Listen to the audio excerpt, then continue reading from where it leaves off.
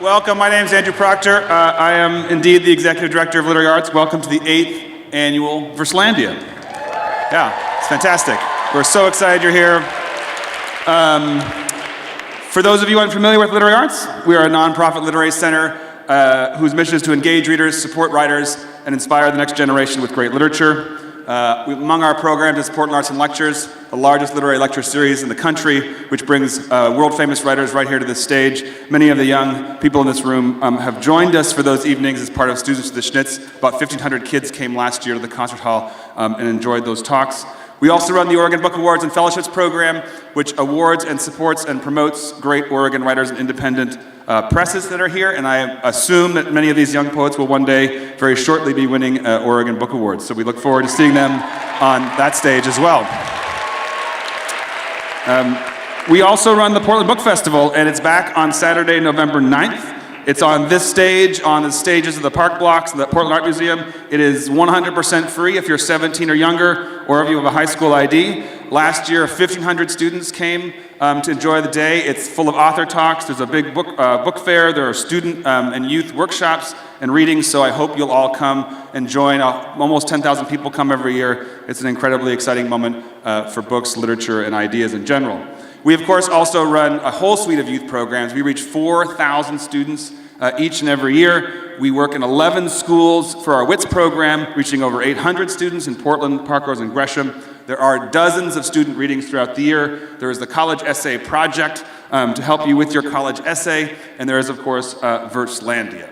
And I just want to remind you that tonight we are recording for Literary Arts' radio show, The Archive Project. It broadcasts on Wednesdays at 10 p.m. and is also available wherever you get your podcasts. So maybe it's a good time to turn off your phone or put it to silent or whatever you do to make it not ring.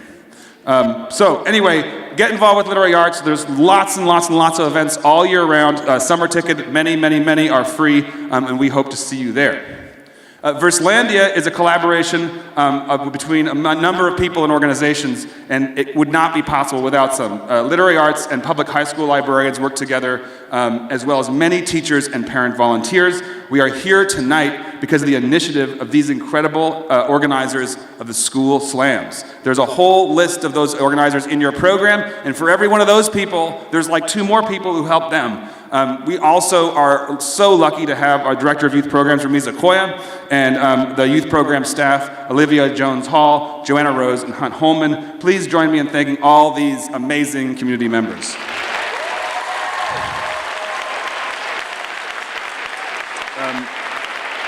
I want to welcome some special guests tonight. John and Sandra Swinburne are here. They are major supporters of youth programs. And there are also a number of schools who are present tonight who do not actually have students in the competition but are here to support you. Astoria High School is here. Woodburn Wellness Business and Sports School is here, along with Wilson Arts and Technology High School is here. So we're delighted to welcome them. And also Step Up is here as a community organization. They are clearly sitting over there somewhere. And Youth Progress is here as well. They here somewhere? We go. We also have a number of judges here tonight, along with our timekeepers and math people. Our Emcee is going to introduce them, but I am grateful for their time and their participation. One quick note, that this year, with the support of the Regional Arts and Culture Council, RAC, we've created Verselandia East Side Slam. Several schools from East Multnomah County districts will compete at Mount Hood Community College Theater on May 16th. So we would love for you all to come out on May 16th and see these amazing poets from East Multnomah County. So please join us.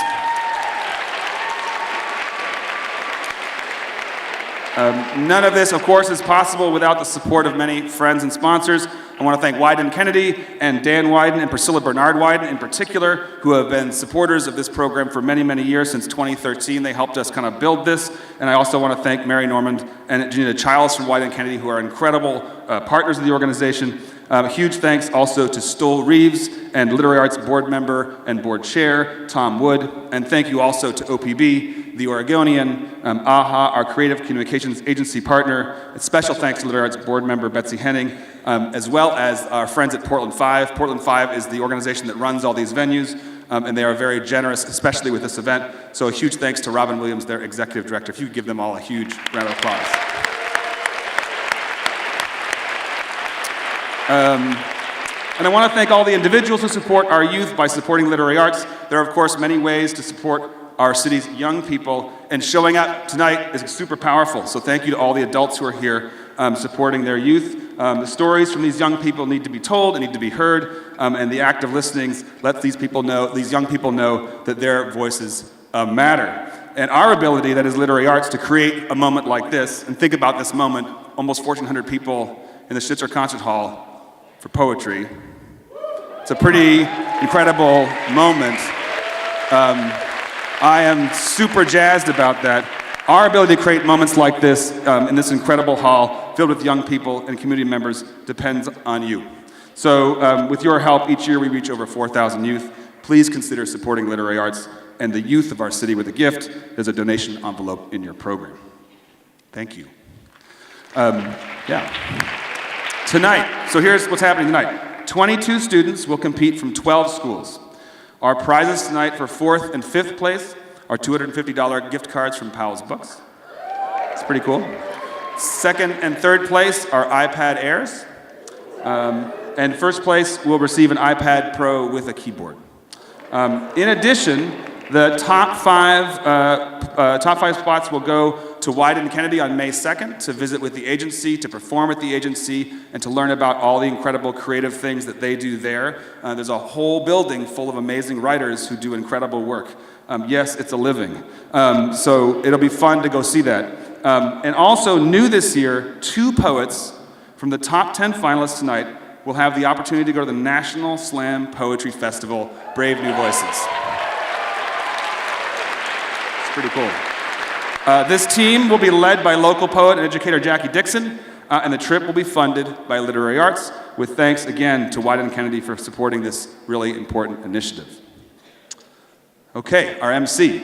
Mighty Mike McGee is a well-traveled stand-up poet and storyteller from San Jose, California.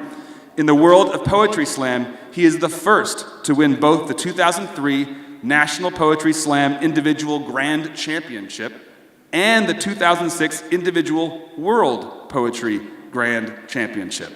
He has toured extensively through the United States and Canada, Europe. Since 2002, he's covered several 100,000 miles performing his brand of poetry and humor. McGee has been featured on HBO's Def Poetry Jam, CBC Radio and Television, and NPR's Snap Judgment. He was one of the first Americans ever to perform spoken word poetry at the University of Paris-Sorbonne in 2005, and he was appointed Poet Laureate of Santa Clara County in 2018 and 2019. McGee's first collection of humor and poetry, In Search of Midnight, is available through Right Bloody Publishing. Please give a warm and very loud welcome to your MC, Mighty Mike McGee.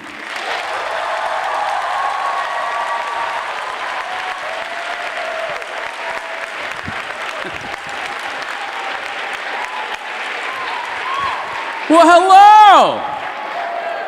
Holy poop! Oh my gosh, folks. Okay, before we do anything, I'm Scottish and Irish. And so, the reason I point that out is because I was trying to think about, like, how can we all come together as one right now in this moment, all right? And here's what we're gonna do, all right? I was trying to think back, I was like, what was the first slam poem I ever heard? What was the very first slam poem I ever heard? And it hit me. I knew what it was. I remembered what it was, and we all know it, or at least most of us know it. I would wager that 80% of us know the very first slam poem we ever heard. And I want us all to sing it now, together, if we could. I'm gonna sing it in a Scottish accent, because Scottish accents are the funniest accents in the world. They sound fantastic, and I love them. I think they're fantastic, and I know that you are fantastic, and I'm fantastic, so let's do it. Right? All right, the first slam poem ever to be broadcast on television goes like this, and join me if you know it. In West Philadelphia, born and raised, on the playground is where I spent most of my days, chilling out, maxing, relaxing, all cool, just shooting some b-ball outside of the school, when a couple of guys They were up to no good. Started making trouble in my neighborhood. I got in one little fight and my mom got scared. She said, "You're moving with your auntie and uncle in Bel Air." I whistled for a cab, and when it came near, the license plate said fresh and there was dice in the mirror. I thought to myself, yo, this cab is rare. Then I thought, nah, forget it. You're home's to Bel Air. I pulled up to the house around 7 or 8, and I yelled to the cabby, "Your home, smell you later." Looked at my kingdom, I was finally there, sitting my throne as the Prince of Bel Air. Yes! Right? Right? You haven't lived until you've gotten a crowd of 400 Germans to do that with you. Yeah. Yeah, I looked at my kingdom and I was finally there, sitting on my throne as the Prince of Bel Air. I don't know, they all laugh like that. It's weird. Folks, my name is Mighty Mike McGee. Mighty because I can multitask. I eat 2 lasagnas at the same time. But in all seriousness, we're gonna do a poetry slam. Verselandia. Oh. Man, this is exciting. I've been doing poetry slam for a long time, you guys. I've seen a lot of this stuff. I've seen a lot of these poems. I've seen a lot of this poetry. I'm gonna do one for you later on tonight if you guys are, stick around. I'd love it. But before we do that, before we get into everything, I need to make some introductions first, I want to make some introductions, and I need to introduce some of you to what poetry slam is. By round of applause, who has never been to a poetry slam? Okay.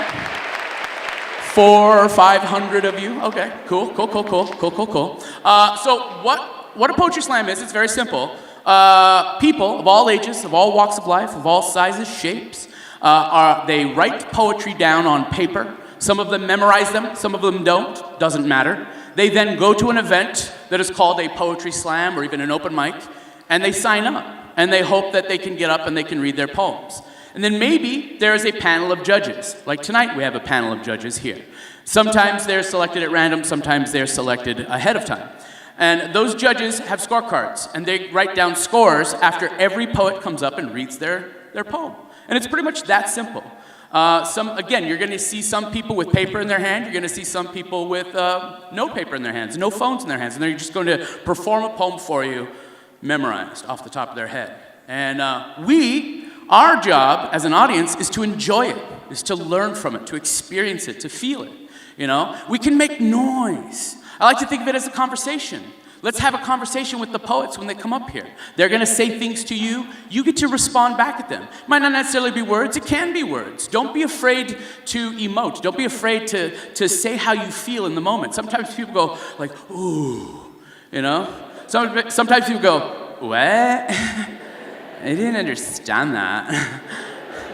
That's fine. You don't have to understand it. But then what I would do is maybe nudge the person next to you and go, did you catch that? And then they'll explain it to you. And you'd be like, oh my God, oh. Or you'd be like, oh my nothing, oh. So, without any further ado, now that you know what a poetry slam is, the rules are very simple. No props, no costumes, no accompaniment. The poems are original. These folks have written them themselves. They're going to perform their own work from their hearts, their guts, and their brains, and then through their voices. And we're going to experience that together, like a family. Can we just sit down to a meal once as a family? All right. So now I'm going to introduce you to our judges, folks. All right? These are, we found them on the street. We were really lucky that they were willing to get off the bus and come sit at this table with us today. So in order, going from left to right, our left to right, our first judge, David Chiminello, is an author and screenwriter now based in Portland, Oregon. I've heard of that place. David was a 2011 Lambda Literary Fellow in Fiction. Please give it up for David Chiminello.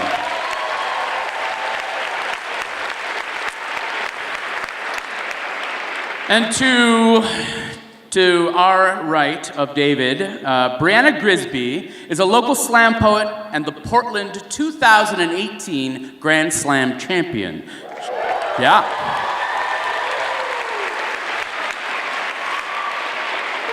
She also created the People's Poets Open Mic for local poets of color. Please give it up for Brianna.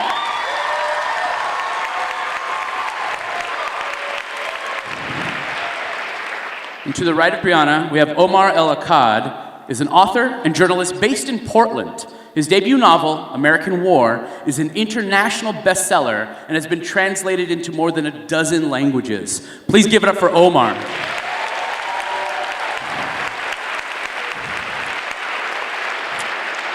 And to the right of Omar, we have Justice Adrian Nelson.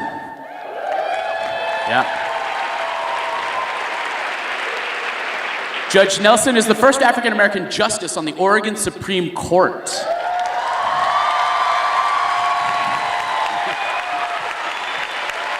We can go home, everybody. Let's go home.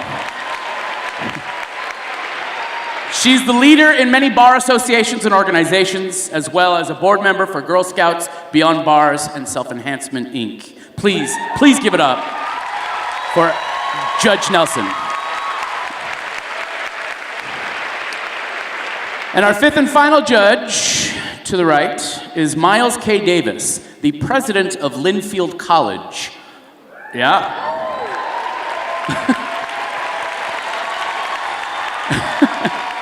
Everyone's still working on their degrees, weren't sure if they should clap yet, you know.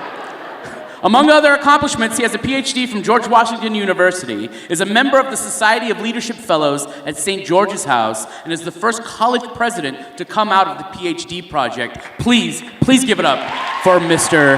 Miles K. Davis. Man. And I pointed this out earlier. I've done thousands of these, folks. I've done thousands of these poetry slams, competed in them, I've hosted them, and it's the first time I've ever had a judge of a slam who was an actual judge. How freaking awesome is that? Yeah. Or as we would say in Scotland, that's freaking awesome. I like it. All right. So, now, we can't have a poetry slam without scores and time. We need timekeepers because the poets only have 3 minutes and 10 seconds to perform their poem. Now, they can go over that, but we usually we start deducting from their score. The judges all have scorecards. Judges, would you hold those scorecards up just so the audience can see them? They're big and bright, so that's what the scorecards look like. All right? And so from those scores, we're going to take those 5 scores, we're going to drop the lowest score, we're going to drop the highest score. They don't count, then we add the 3 middle scores together to get the highest possible score of 30, 0.0 to 10.0. And I've urged the judges to use their decimal point as much as possible. When each poet comes up here, they'll perform their poem, and then they'll return to their seats. And if they haven't gone over that 3-minute and 10-second time period, no matter what, they'll get their score. I will read all the scores from left to right, and then we will move on to the next poet. The scores will then be tabulated and given to us during the intermission, and then we will announce the top 10 from the 22 coming into this first round.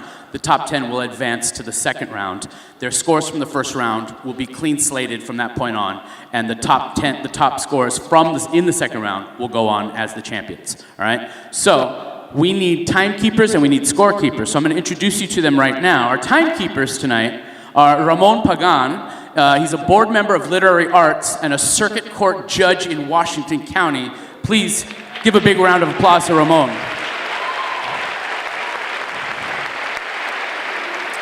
And our second timekeeper, in case one of them takes a nap, I guess, Susan Gibbon is a director at First Tech Federal Credit Union. Please give it up for Susan Gibbon. And what would scorekeeping, we don't even use the phrase scorekeeping. We use math experts, all right? Because folks, I don't math, I poem, okay? I don't know how. I don't know how. So, our math experts tonight are Mary Rodeback, teaches, some of you watch her shows, I guess, right? She teaches English at Grant High School. Please give it up for Mary.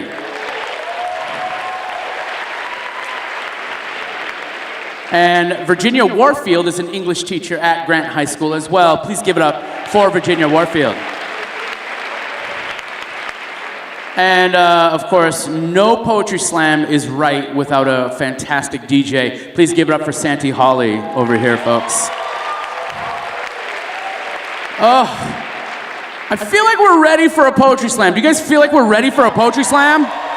Oh, I feel so good. Now you feel that energy? You feel that energy tonight? You feel that when everybody cheers? Let's keep that going. It is going to be a bit of a long show, but remember, we're hearing stuff that we don't get to hear on a daily basis. We're hearing hearts. We're hearing hearts beating. We're hearing hearts in between beats. All right? And that's awesome. We don't get that every day. I mean, I do. I get it all the time because I sneak into places and I listen to hearts, you know? That's why I'm not allowed in a lot of places anymore. But we can't have a poetry slam without a calibration poet, or as I like to call them, calibration poets. Some places they call them sacrificial poet, and that's the poet, the very first poet coming up. They're in the show, but they're not necessarily in the competition. It's just to warm up the judges, and it's to warm up the poets, and it's to warm up the audience, just to get us in that poetry feeling, that zone. Are you guys ready for your calibration poet? Your calibration poet tonight comes from Reynolds High School. Please give it up for Allison Riddle.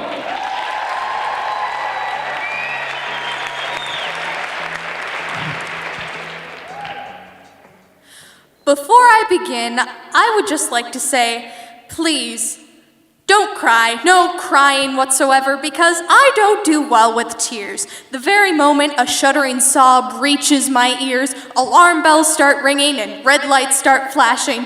But there's no emergency protocol for an emergency eye leak, no handy poster or crier extinguisher. So what else is there for me to do but stand there awkwardly and wait for someone more qualified than me to deal with this emotional catastrophe? Call me what you will, machine, monster, sociopath, robot. If I try to help, I'll just make things worse. Maybe it's because when I cry, the last thing I want is someone comforting me, holding me, consoling me. If the last words I ever hear are, "You're going to be okay," I will rise up from the dead and make the whole world pay.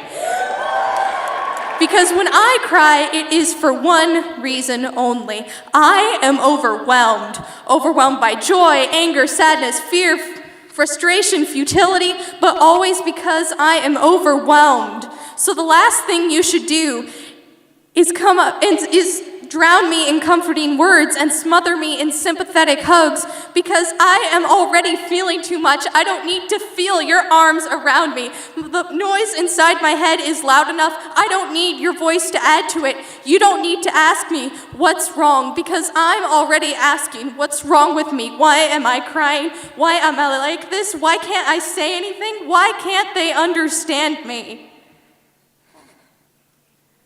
When I cry, I want to go somewhere warm and soft and dark and quiet, so I can wait out this storm and start rebuilding, so I can be ready for the next one.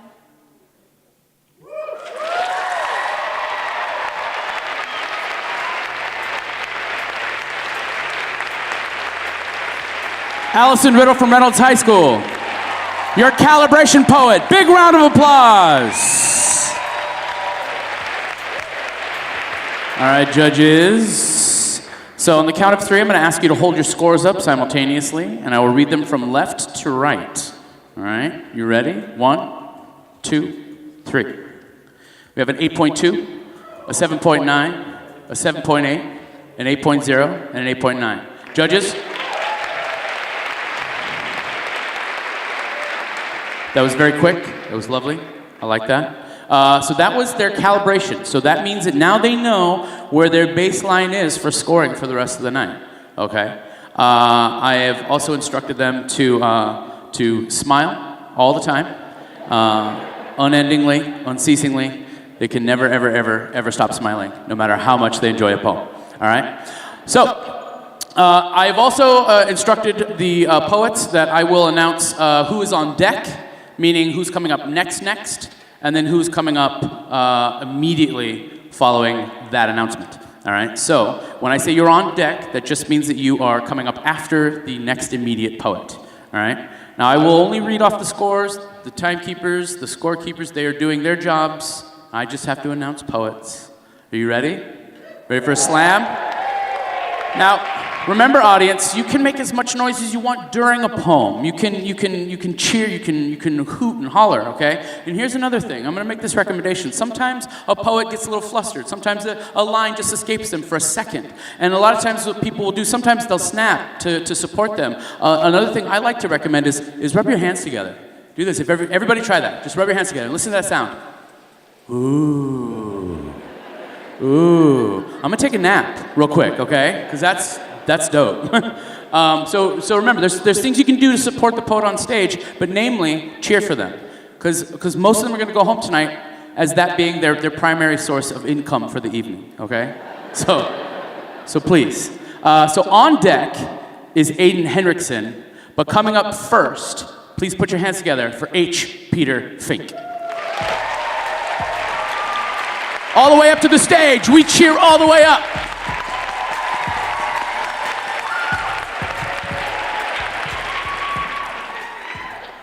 All right, so I wrote this poem in Spanish, but I've translated it into English. I'll perform the Spanish version first and then the English version. Baila mi moca, pide la estufa.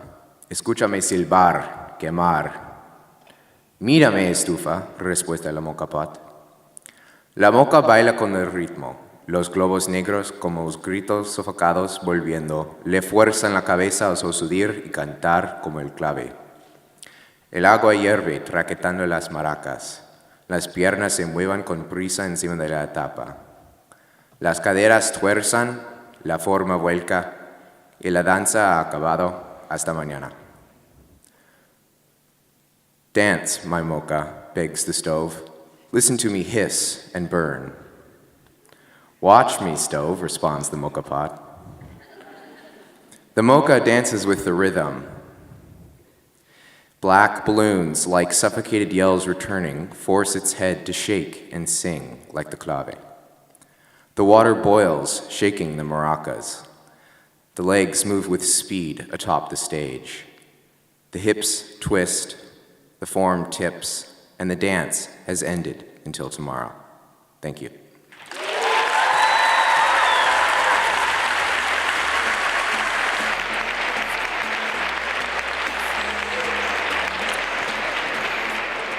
Thank you, H. Peter Fink. Judges, on the count of 3. 1, 2, 3. Oh, yeah. We got an 8.2, a 7.4, a 7.9, another 7.9, and a 7.7. Applaud the poet!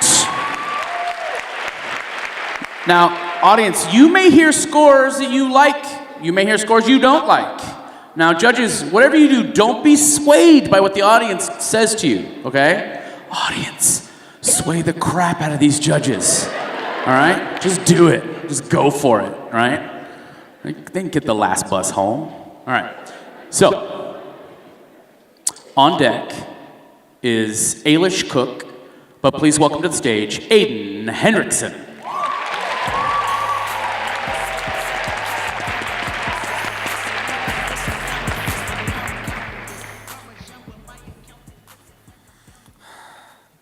I got so upset last night, watching YouTube again and again, flashy and just stupid stuff. My mom saying, Aiden, work on your homework.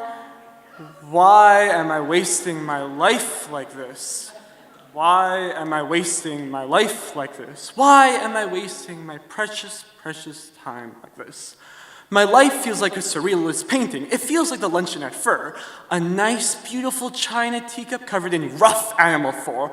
Or it's like the Scream, holding everything together and screaming and screeching at everyone. Why can't it just be nice and expressionist? The proudness and the all-encompassing thinker. Thinking. How starry night curves and swerves around the mountain with beautiful blues and surreal purples and around the yellow moon and stars. But the thoughts just keep continuing and continuing. I had a dream last night. What if something happened to me? What if something happened to my mom? And I don't want to talk about it. I don't want to talk about it. My mind feels like a nuclear body just about to explode, controlling every muscle inside my body not to scream and radiate fire and explode on everyone. Especially on my mom.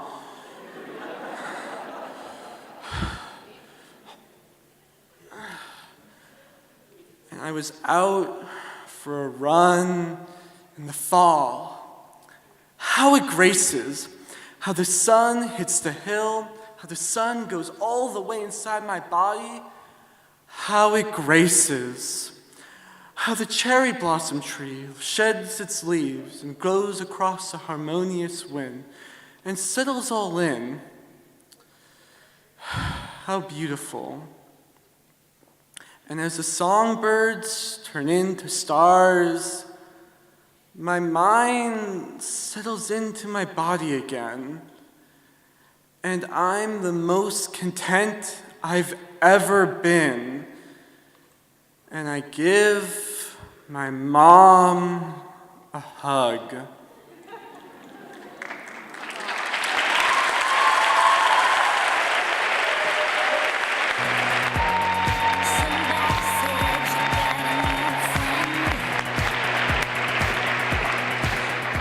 All right, judges.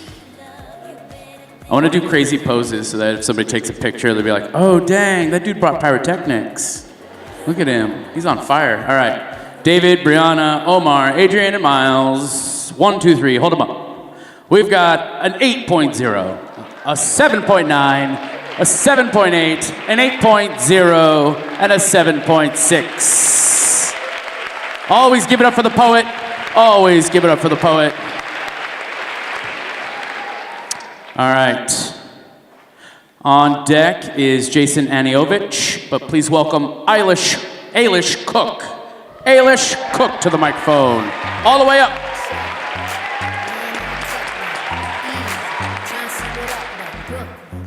Home of the cut though, no Taurus. Y'all know how the rest go sleep.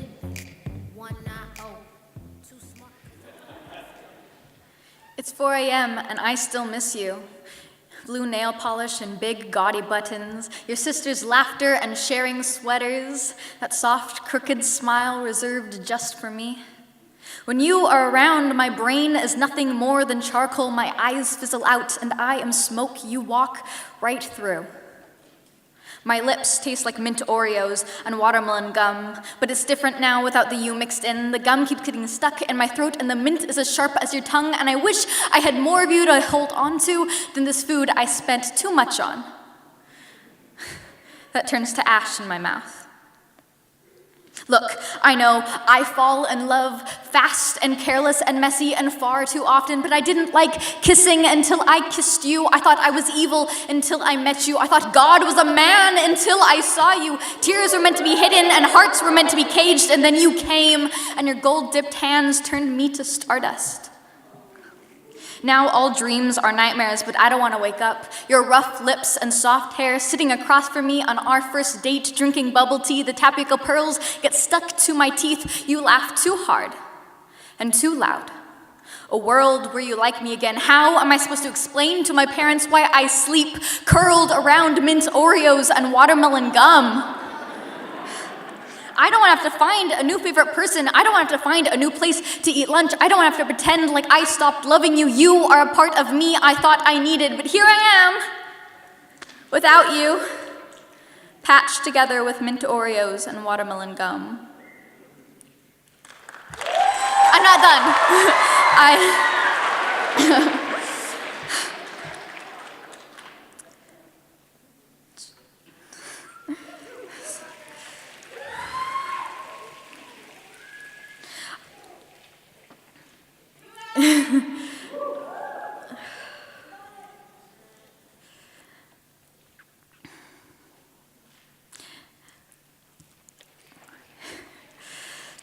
The only reason I can say this is because you are not here in this audience. Why would you be? You have removed your roots from my soil, my happiest memories, warped with tears. You won't even touch me. Talk to me, look at me, look at me, look at me!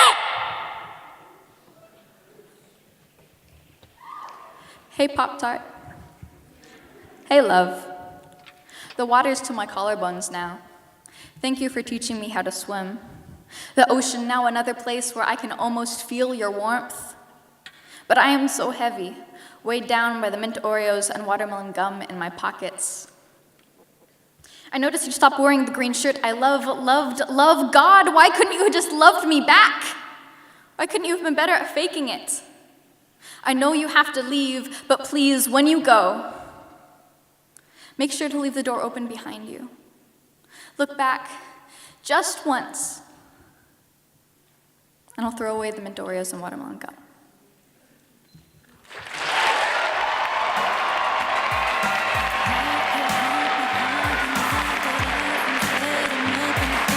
Ailish Cook. Judges, 1, 2, 3, if you will.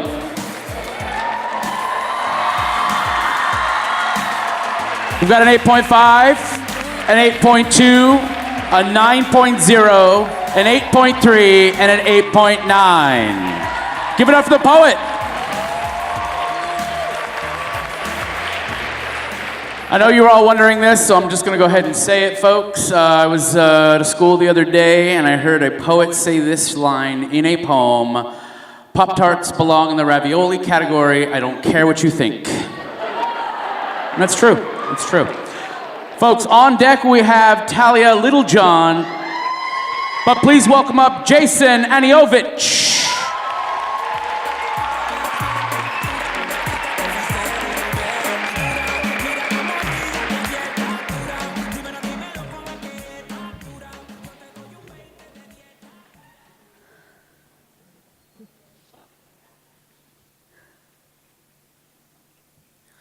A revolution to our evolution, retribution for years of pain and pollution to the minds of kids and teens in destitution, devolution of the human resolution to protect and respect our Constitution, a constant state of disillusion, attribution to diminution.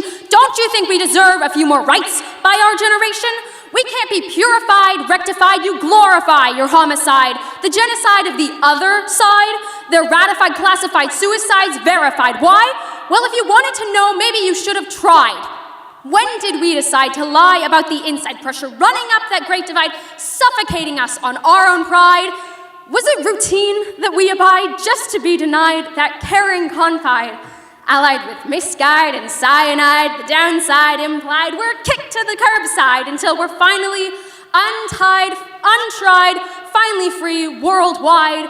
This is a revelation to our generation, a confirmation to our destruction and devastation, a demonstration of our deprivation and education, the fabrication of the expectation, the fascination of our incubation to a world and malformation under obligation and medication to help feed the infestation. Why the demonization of coloration when all that matters is love, not blood relation? Or is your acceptation just an annotation of our problems and desolation? This is an advocation to the aspiration of equality and celebration to stop the irritation, inflammation. Your captivation to our defamation is worrying in correlation to who runs this world and all its deprecation.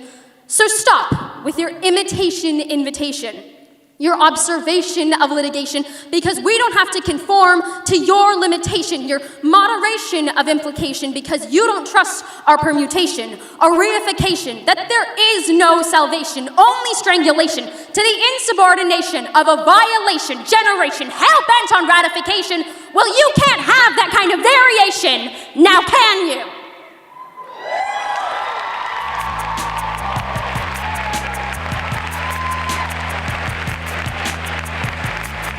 Jason Aniovich.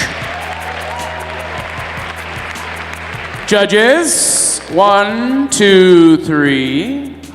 We have a 7.9, an 8.2, an 8.2, an 8.5, and another 8.5. Give it up for the poet.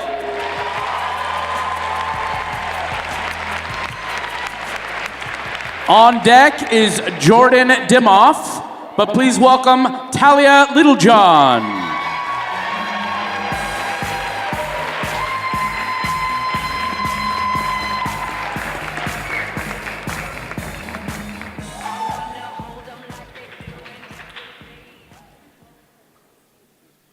habit of making a home in people's veins, working my way into their bloodstream, absorbing everything from them that I can't provide for myself.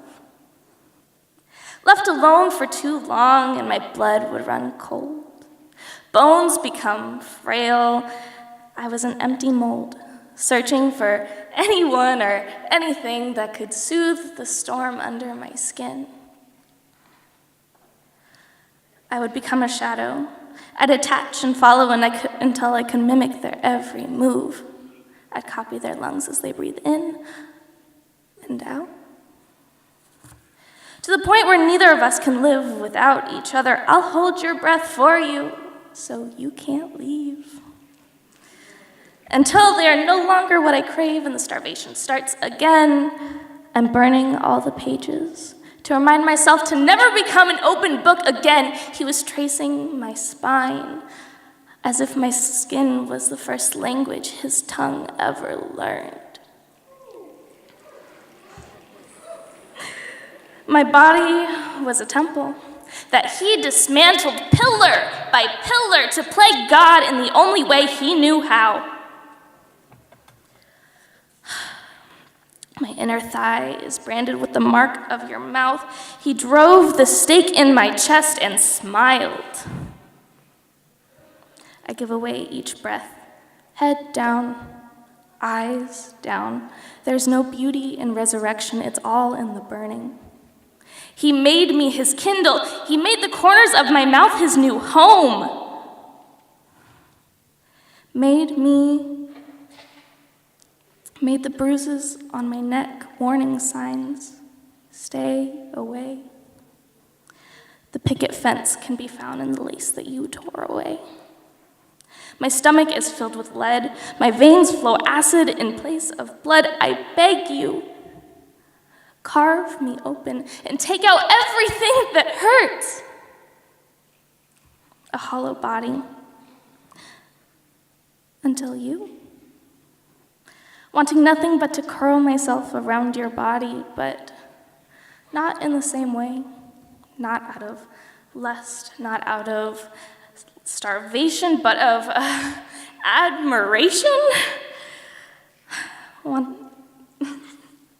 At first, I thought there was nothing for me to gain from you, nothing that I craved, nothing that I was starved for, or at least nothing that I knew of.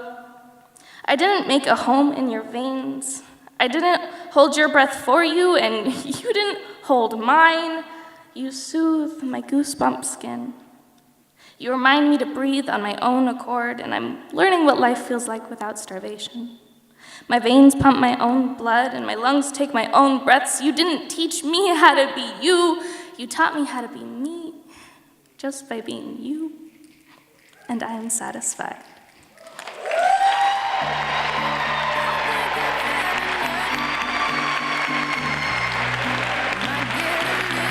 Talia Littlejohn. Judges, you're getting good at putting up scores. I'm proud of you. 1, 2, 3. We have a 7.7, an 8.1, a 7.9, an 8.0, and a 7.9. Give it up for the poet.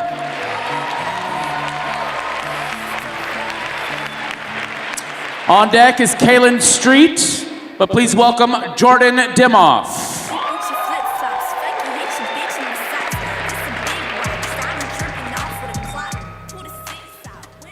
The king of rock and roll resonates in me.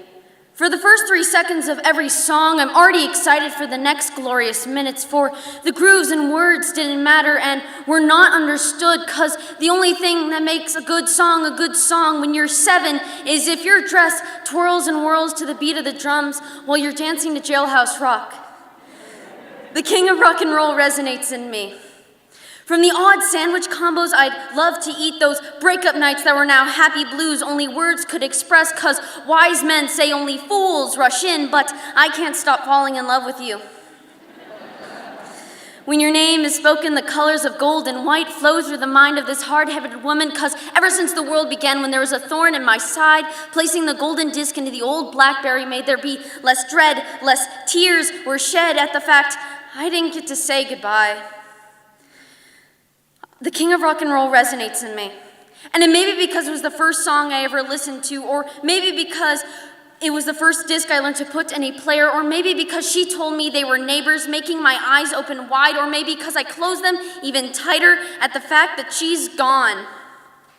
Those Easters, those Christmas days, the 4th of Julys where she'd catch me sneaking the last few olives from the crystal platter, not being with the older kids, but in my own closet under the stairs that she made just for me. Because coming out of that closet was the hardest thing for someone to do, and it's not because you'll trip on over all the memories and forts within that closet, but how will the outside world react to you coming out?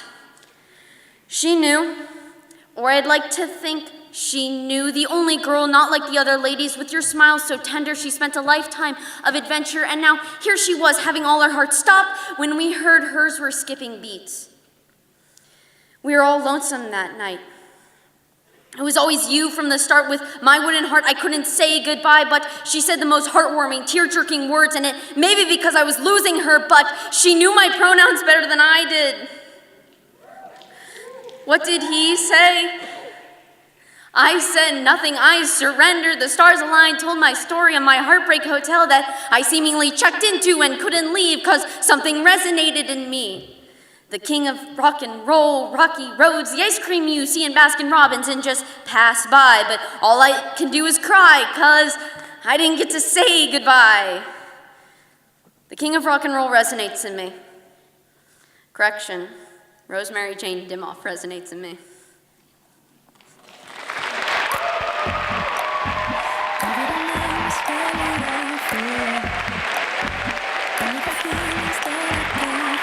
Kaylin Street.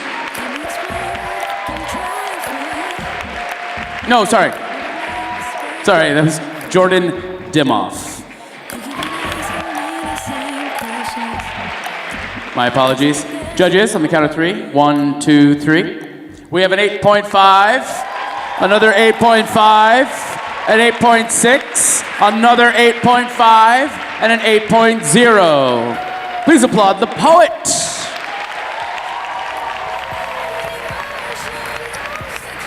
And while I'm at it, since I messed up on that name, I would like to also point out that I did mess up on one of our timekeepers is not Susan Gibbon, it's Sarah Gibbon. My apologies, I misread that.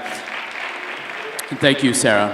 On deck is Ariana Peters, but please welcome to the stage, Kaylin Street.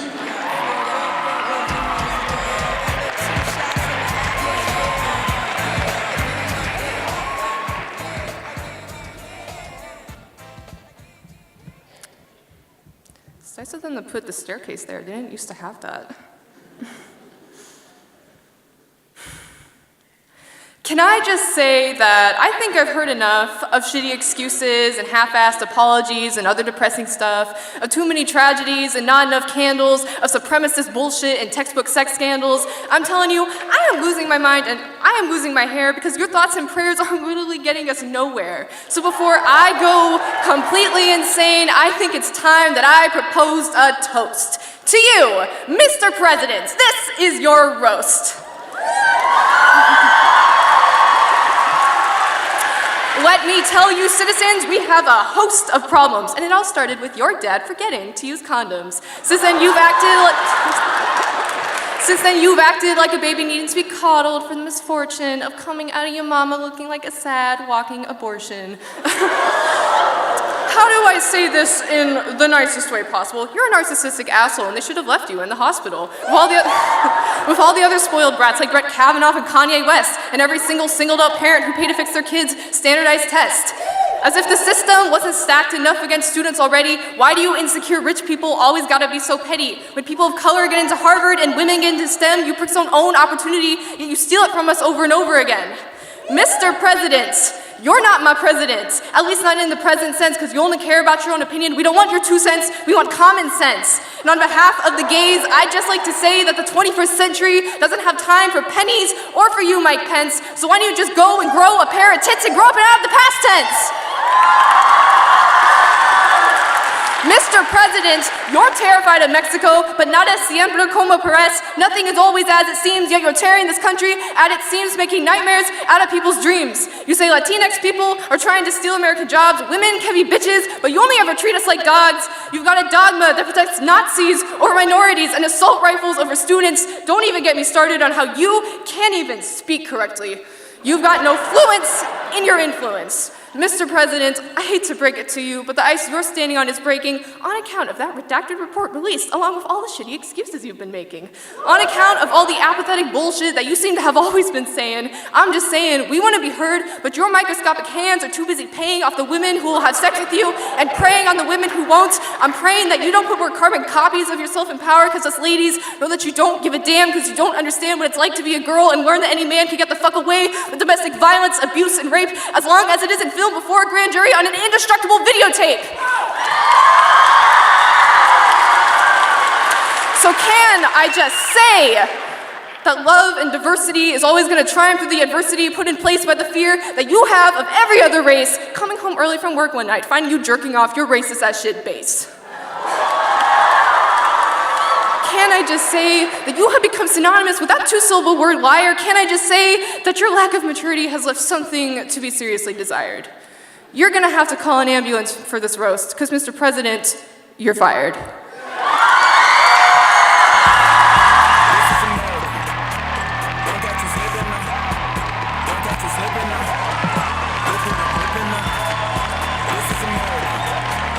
Kaylin Street.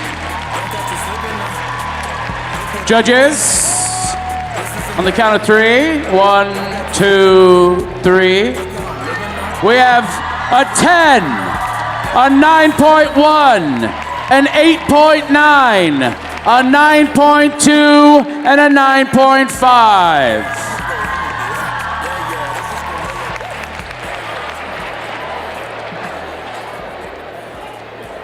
All right, on deck.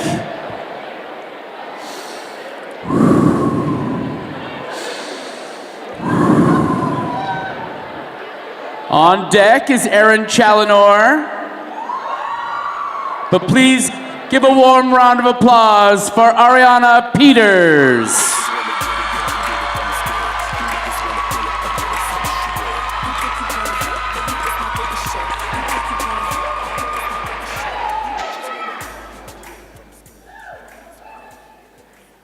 The stage is laid out to reveal a classroom. The puppeteers take their place above it all and begin pulling their strings. At the end of those strings are students and teachers, and so the show begins. The kids all fall in at precarious times like flower petals, sitting in their assigned seats, organized, structured, yet jagged, packed in like cattle.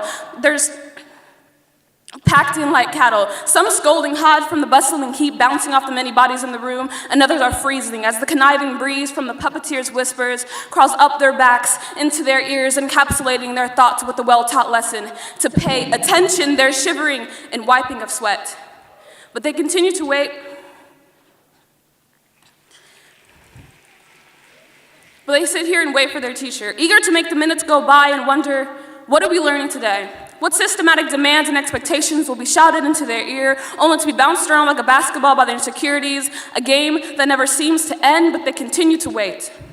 Heads turn left, right, then left again, and then suddenly, with determined speed, teacher walks through the door with happiness in her feet, tugs her strings though the system above them is giving demands. The happiness walking is ignored by some while others sit inspired.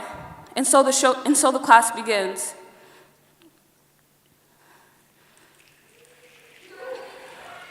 And so the class begins. Here and now, the kids know to listen, the kids know to follow, the kids know how to tug at the strings, or else the first show will end and the puppeteers will start anew without the warm welcome of a puppet. And as the warm welcomes grow cold, there's nothing more to say but watch the show and listen. And next time, if you are even given a second chance, you will know what to do as asked. Because there's no choice, no option, just watch, listen, do, Be interested in the things placed in front of you. Don't wonder about the things that aren't. Ask the questions you were taught to ask. Don't think of the ones you're not. Let the formation of your untaught thoughts crumble, as if they weren't building blocks of a question that could start a revolution. Let the new thoughts be forced into your brain by the puppeteers, sinking into your heart like a watermark as they watch you struggle and fight the strings until you fall into an inescapable pit of obedience, carrying along nothing but the empire of knowledge y'all built behind your eyes. The next day, the class bell rings, and as you pitifully sit in your pit of obedience, you sit in your assigned seat without resistance. You raise your hand and wait your turn without resistance. Your fruitless fighting has left you defenseless and weak. The gears of ambition run slow and rigid. Once upon a time, you were above than average. Now they've convinced you to convince yourself you're lucky if you get into public college. Ivy League is a word from a dictionary you've never opened, spoken fluence that you stopped listening to. You only listen to the puppeteers now, and the puppeteers are the ones that make your transcript look like a barcode, hopefully to be scanned by the highest bidder, so maybe they get their money's worth in the long run. Thank you.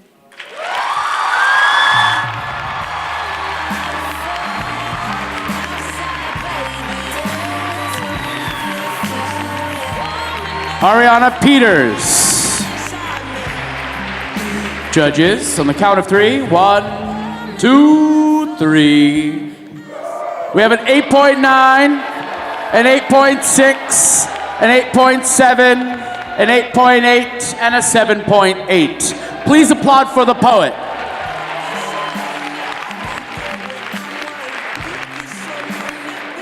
On deck is Delana Walmut, but please welcome to the stage Erin Challenor.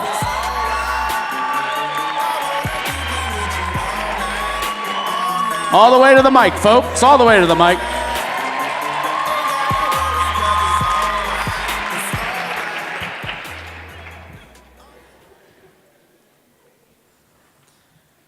The things worth living for don't have to be grand or magnificent. The things worth living for, you don't even have to see.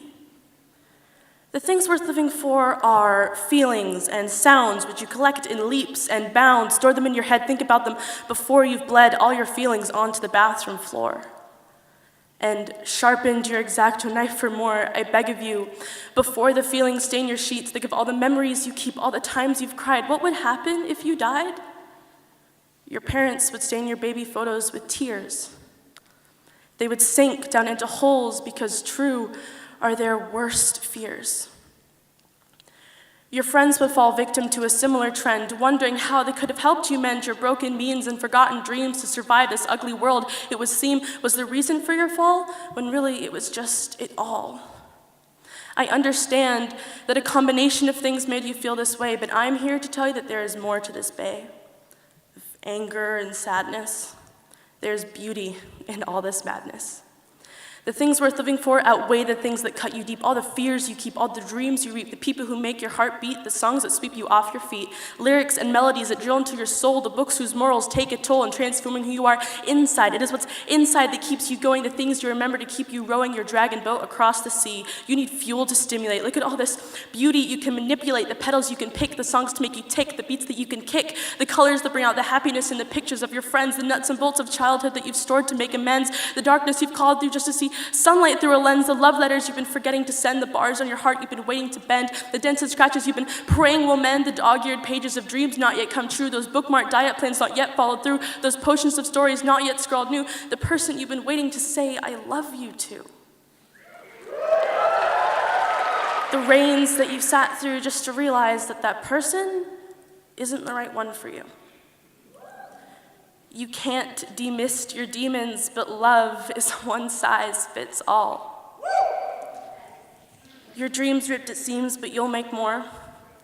Your life was toppled, but you'll find a new door. There are so many things worth living for. I promise you, whatever reason you think justifies ending everything you've ever lived for, I beg of you, before you see blood breach and immediately crave more and believe the whispers people say down in your core, self-hatred. Suicide isn't romantic.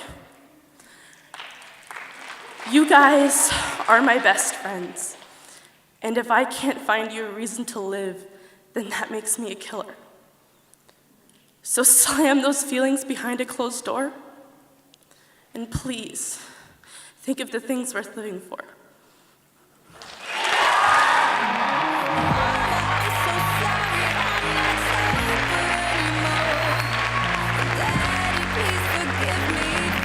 Aaron Challenor. Judges, 1, 2, 3.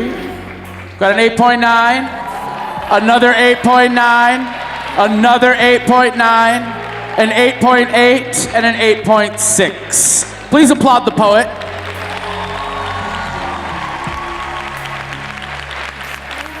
Haven Worley, you are on deck, but please welcome Delana Walmut.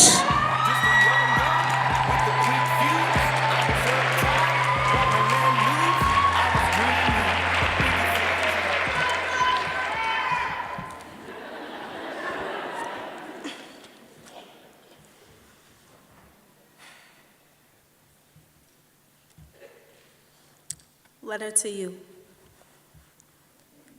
I've had enough this time. I try to keep an open mind, but you keep crossing a line I refuse to define. I'm done crying and you sighing and asking me why and you not seeing your own signs.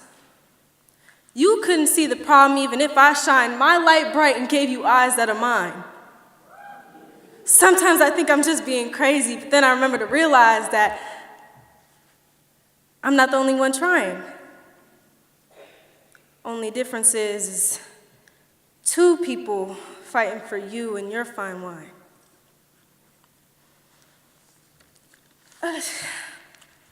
I purposely have been letting it slip through my fingers so I could see your true sight. But I made a mistake because now I have to forfeit the fight. I told myself a long time ago I didn't want to go through this again, even if it took all my might. I didn't want to lose, but you proved if this is meant to be, then it will be and would all be all right. I sat here and wondered why it was so hard for you. But then it came to me that you probably can't see the truth, that you can never get a clue. Can't see, won't see, refuse to see the problem in front of you.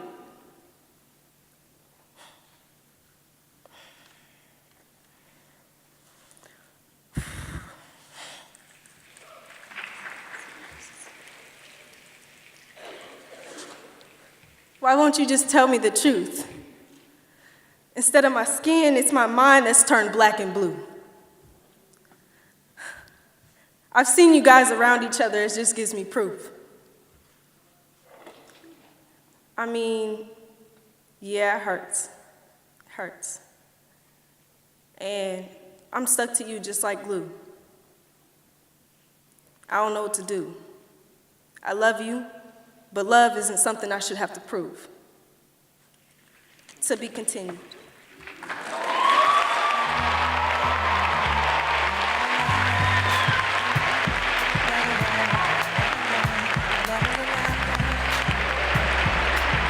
Delana Walmut. Judges, 1, 2, 3. I feel like I have so much control.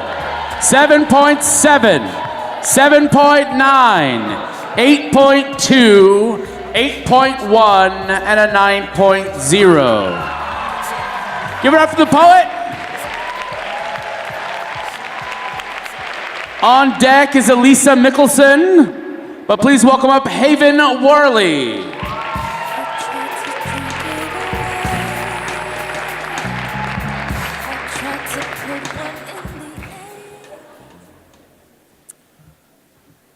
She lies awake at night until she sees the morning, russet and pink and bleeding a radiance of gold, the blood boiling in her veins.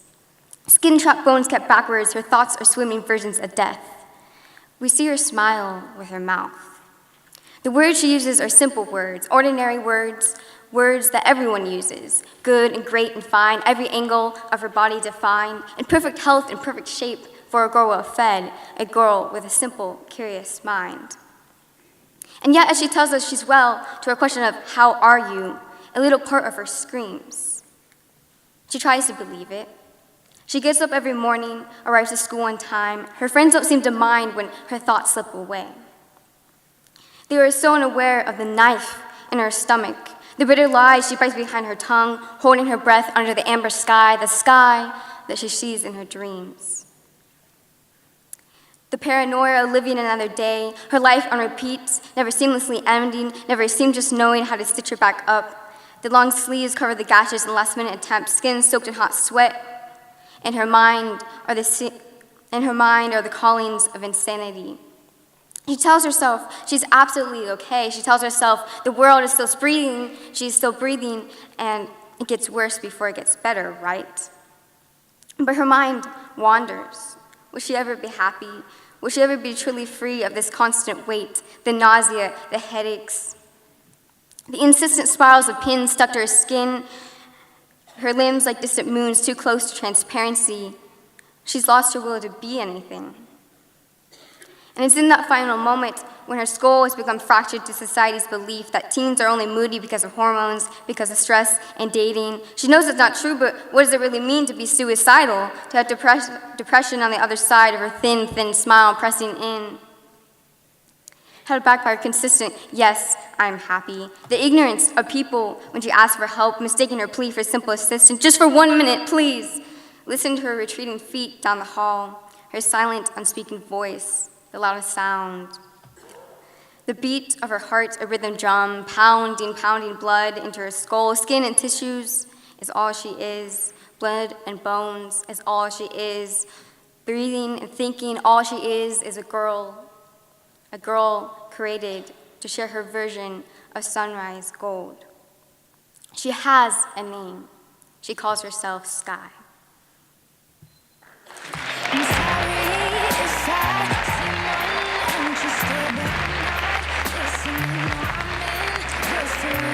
Haven Worley. Judges, 1, 2, 3. 7.7, 7.4, 7.8, 8.1, and another 8.1. Please give it up for the poet. Now, audience, I will say this very quickly. I call this the 11th poet stretch. All right? So what we're going to do real quickly, just going to make the weirdest noise you possibly can on the count of 3, judges especially. All right? 1, 2, 3. Shake it out, guys. Just okay. Woo. All right. How you feeling, folks? If you're feeling good, say yeah. If you're feeling great, say oh yeah. If you're feeling fantastic, go, yes, this is great. I'm having such a good time. Wow, that was identical. That was awesome. All right. Thank you, judges. Thank you, audience. Thank you, poets. You're amazing. Let us continue. On deck is Ari Lohr, but please welcome Elisa Mickelson.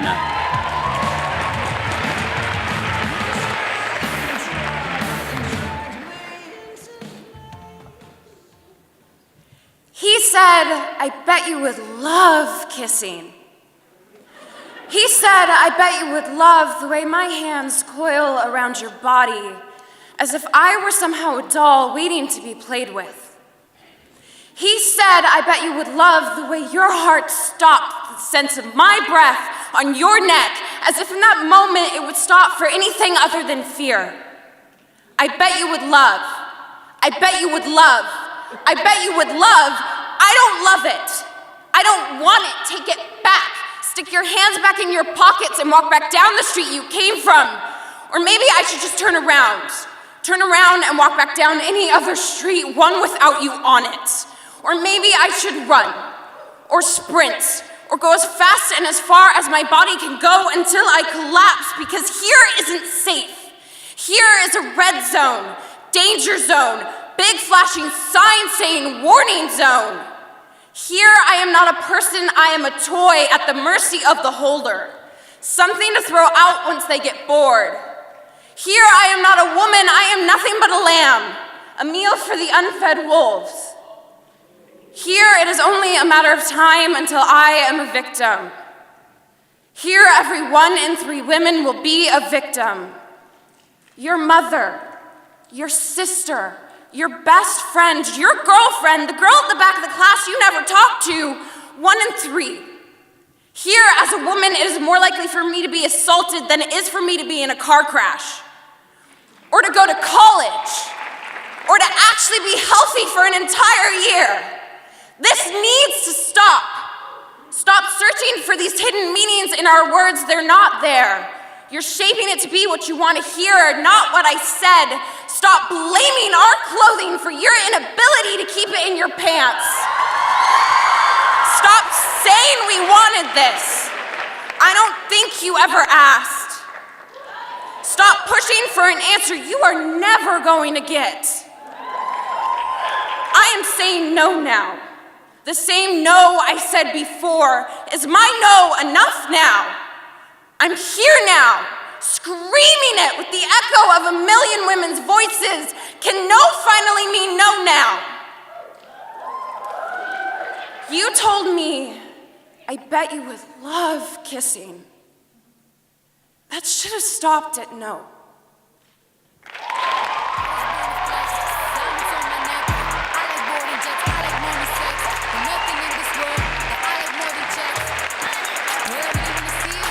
Elisa Mickelson. Judges, 1, 2, 3. We've got an 8.5, a 9.4, an 8.9, an 8.8, and a 9.2. Please applaud the poet. On deck is David Shue, but please welcome to the stage Ari Lore.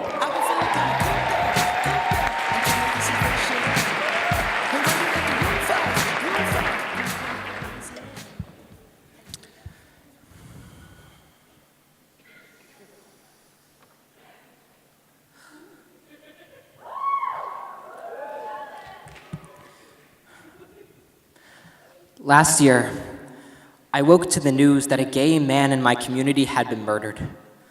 That same day, I learned that because LGBT is not a protected class, it wasn't considered a hate crime. I remember reading this in the news and thinking about that family, that this person who will never come home won't be remembered in the media for more than a week. I keep imagining his mom cooking dinner in the kitchen as the phone rang. His dad running through the police tape screaming for his son, his lover, replaying the scene over and over in his head. I can't stop feeling that man's last heartbeat in my own pulse, his chest heaving with heartache that he'll never come home. How is it that our president refuses to take responsibility for his own spilled blood? Our country refuses to protect its own people. Last year in Portland, police told a gay couple to ignore a man harassing them. A student was told to expect to be bullied for being gay. We are being murdered, and society puts the gun in our hands, forcing us to pull the trigger. 1 in 2 trans youth have attempted suicide and are told it's their fault for being trans. I am 3 times more likely than my peers to be physically assaulted for the way I love. And how can we judge love? How can we say the way we love is wrong? How can love be wrong? How can the warmth of a lover's hand lead to a fiery inferno? Gonzalez 10, Nelson 11, Carson 18. How ironic that their names sound like Bible verses. We burn bridges with our own hearts just to live. One more day just to crawl into the family photo. Parents are killing their own kids in the name of God. What kind of God justifies murder because of who someone loves? What kind of God justifies parents kicking their own kids to the street? Only 3% of teenagers are gay, yet they make up 40% of the homeless population. Please, let them come home. Come home. Give them warmth. Hold their hands one more time. Pull the gun away. Please come home. Come home. Come home. I keep thinking about that mom losing her son over the phone. That dad running through the police tape longing to hold his son one last time. That lover begging God to save his boyfriend, to wipe the blood clean. It's been a whole year, and because of us, that man will never come home.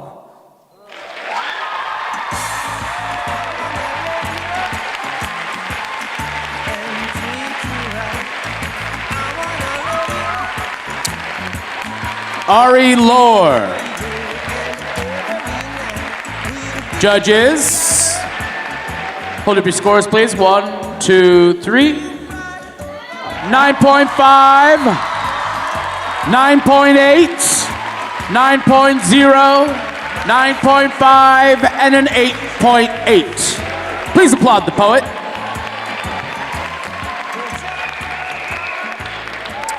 Lana Kim, you are on deck, but please welcome David Shu.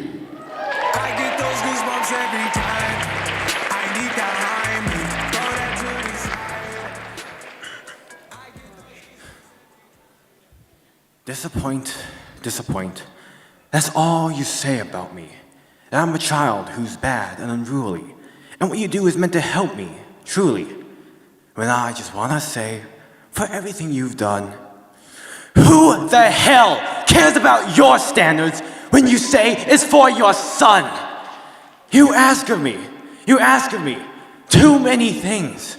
When I ask of you a little truth, you call me obscene. You throw your power like a queen who didn't earn it, off with their heads. That's how you act, inconsiderate. And when you're asked to do your duties, to give and benefit, you act and say like you never, ever even heard of it. You demand respect like it's your birthright too, and say that I should give it free. How am I supposed to believe in you when you don't believe in me? How am I supposed to listen to your sermon when I had to carry your ego and burden? A mother should protect her child. A mother should stop and listen. But mother, you just think I'm wild and trapped in a mental prison. You compare me to all the other boys and girls, the athletes, the musicians, and the brilliant pearls. You ask me, the disappointment, why I couldn't be a gem. And to that I say it's because it was your dream, not mine, to shine like them. We argue and argue, bringing each other to tears. But when you cry, I say, tough luck, because I've cried for many more years. Mother, I don't like you holistic. You're nothing short of narcissistic. But mother, I love you. I really do. But every day, you make it harder for me to see it through. What changed in you that broke you down? Was it the divorce? Or everyone else in town? Before your ego goes on to worsen, please remember, I'm supposed to help you grow as a person. We've seen each other's demons. We're both hypocritical heathens. We blame each other for treason, and we both have our selfish reasons. But know that there's an angel inside of me whose wings are furled, not yet free. It knows a secret shared with few. It knows that another angel lies inside of you. So let me ask of you this little truth, to see my point of view. Even you were once in youth. This concept shouldn't be new. Our younger years are forever stained with fights we cannot undo. But we still have many years ahead, unchained. So please, listen before my love fades too.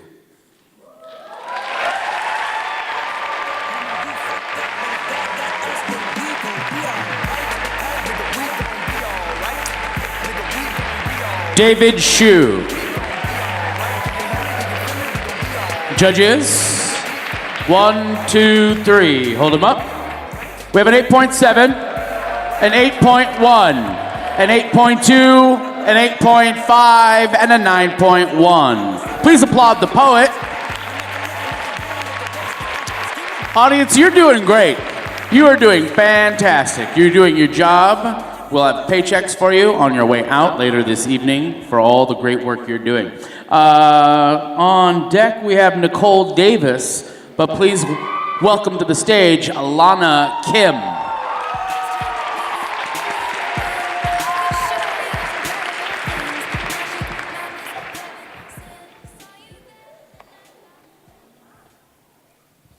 My American dream. Did the Asian girl ever get a caution sign warning? In America, they will roll your words like knives in between their teeth, and it will stab into your gut with every twisted syllable. Turn around and treat your grandmother's accent as if it makes her less smart, less human, less American just for having it. Do you think she knew the way men would crave her flesh with a fever for the yellow gold that resides beneath her skin? Some days their love could be more fetish than true. Most days her body was less hers and more colonized, and that the people who mocked her for what they didn't understand would one day pick from the blood of her culture the bones that suited them best. As if such glory and triumph could become a costume. As if it could be worth nothing more. The immigrant's child knows what it's like to lose, a currency dealt in sacrifices, mother-made blood, bone, and tears kind of sacrifices. I know what it's like to lose. And when the well-meaning white people would ask me, well, what kind of Asian are you? I would tell them that I am the dramatic kind. I would give them the words of my grandmother's tongue, and I would tell them of how they fall off her lips in shattered pieces of a puzzle I will never solve, reconnecting only to make the words I love you in English as bitterly broken as her mother before her.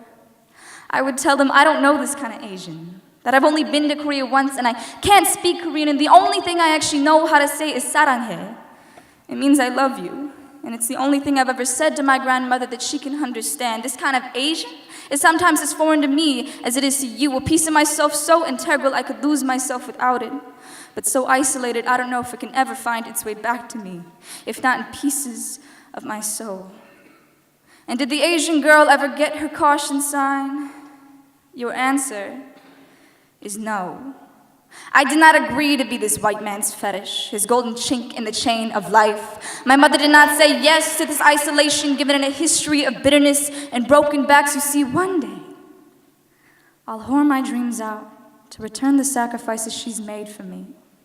Let this body of gold get rejected by my whiteness just so I can get into college. In the end, America will have taken everything from this Asian girl. Love without violence, opportunity without color, existence without assault. Isn't that the American dream? Isn't that what my mother suffered and broke and bled for? Oh, no. Silly me. That was my dream. And that dream was never about being great.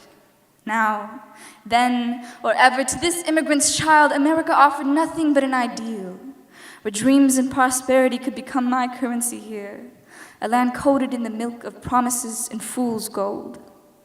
And such sweet honey still stings the lips of my mother today, just as bitter to the tongue as it ever has been.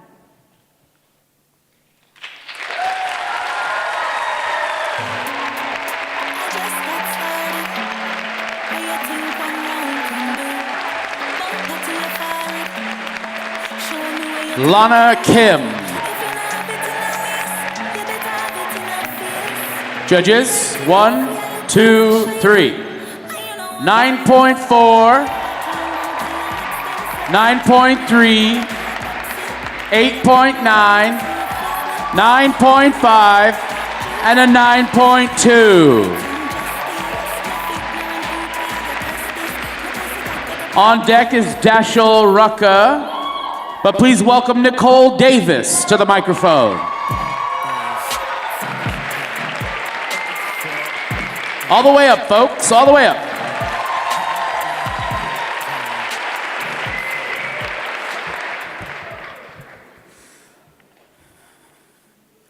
I've noticed I don't feel the same, because after pain, a heart just don't heal the same.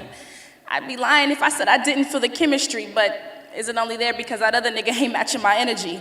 Love versus lust. You know my trust is fucked up, but with you I thought I lucked up. I was calling out your name and you heard me, but you were not listening, silly me. I believed you to do no wrong. You kissed me, said you missed me, starting to believe that was all lies. How could you hurt me? I know you saw the past pain within my eyes, but still you slid between my thighs and swept tears from beneath my eyes, and now I ain't got no more fucking tears left to cry. I've been so fucking emotionally unavailable. My heart's no longer playable. I rewrote the book on love. There was once a time when I had so much that I was so willing to give. I allowed my soul to die just to see yours live. And I am over allowing you to love me and then leave me. Fuck me, squeeze me, then tell me to take it easy. I tell you what's yours and only yours. You still go out and fuck them bitches like they mean more.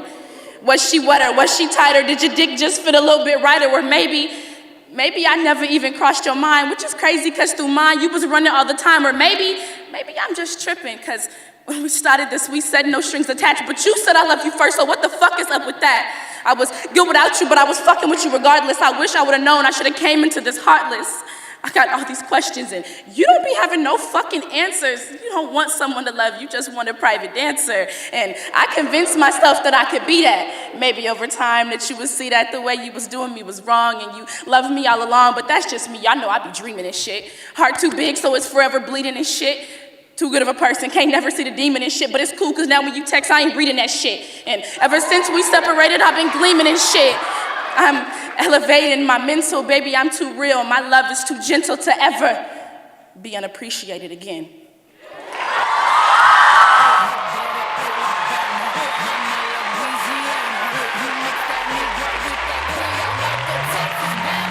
Nicole Davis.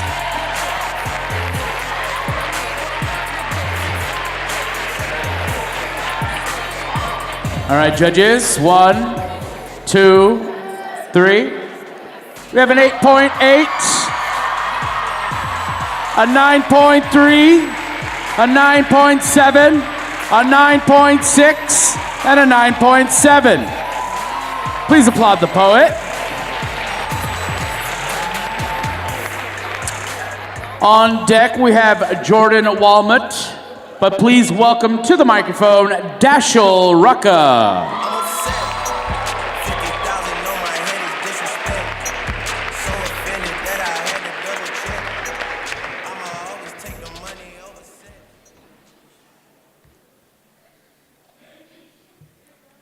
When I was in 6th grade, my best friend snapped my bra straps, asked if I had gotten my period yet, took me to the bathroom where we compared nipples, sat and laughed and cried and confided our secrets in each other, asked to trade each other's peaks and valleys. In 8th grade, we kissed, held each other like birds, fascinated by the act of lip meeting tongue, meeting teeth, meeting tongue, as though we thought there was a secret to breathing hidden in each other's mouth.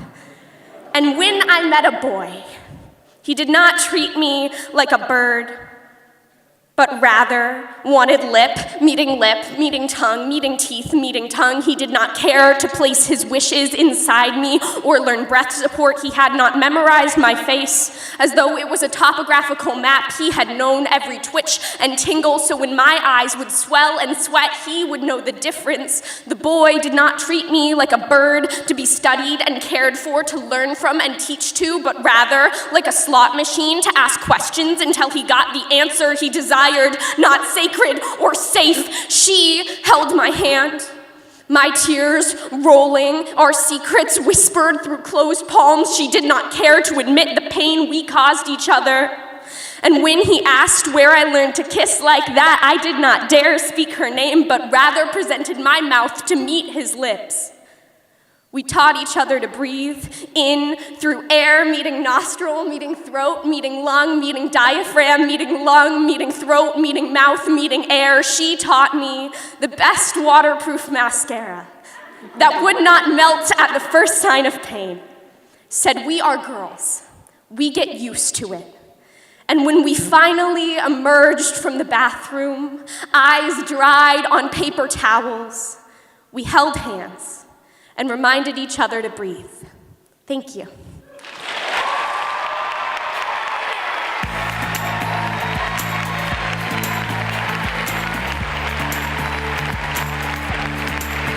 Dashel Rucka.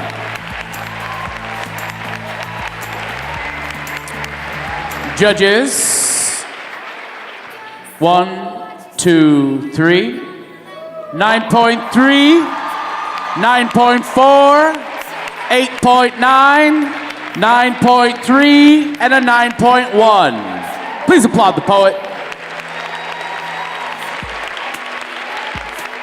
On deck is Emcee Getcho, but please welcome to the microphone Jordan Walmut.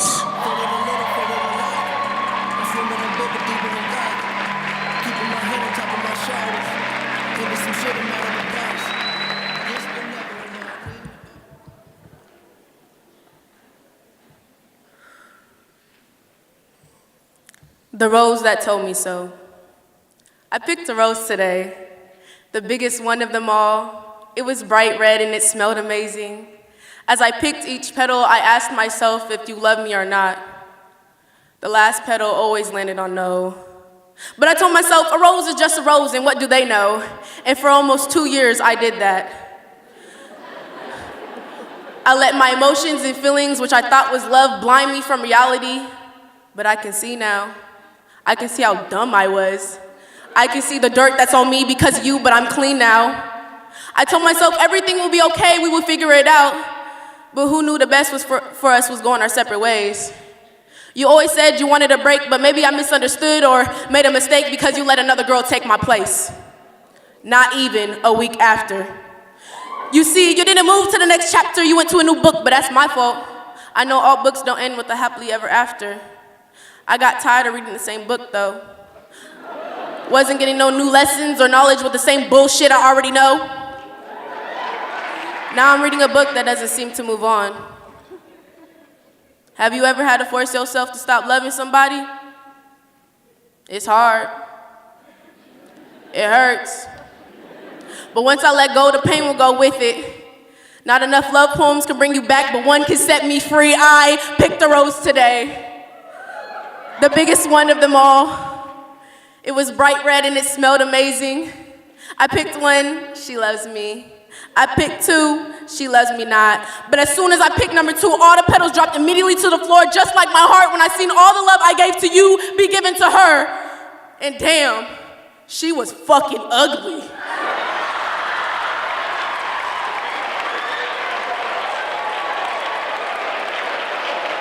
I picked a rose today. The biggest one of them all. I didn't pick any petals. It was bright red and it smelled amazing. I sat with it by the river. I threw it into the river and told myself to move on. It floated, and it came to a point where it drowned. I stopped picking roses.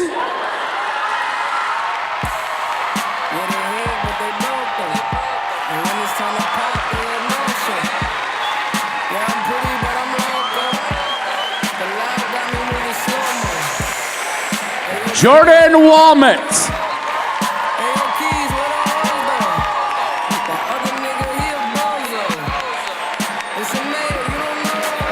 All right, judges.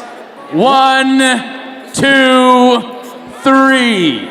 9.9. 9.7. 9.0. 9.8. And a 9.3.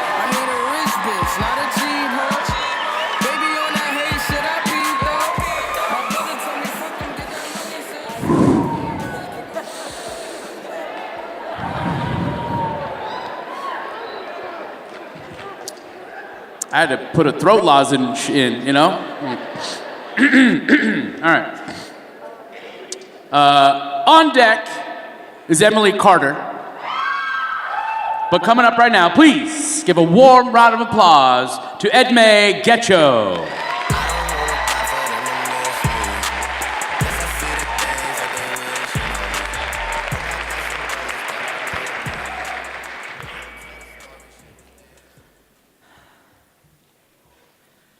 I am proud.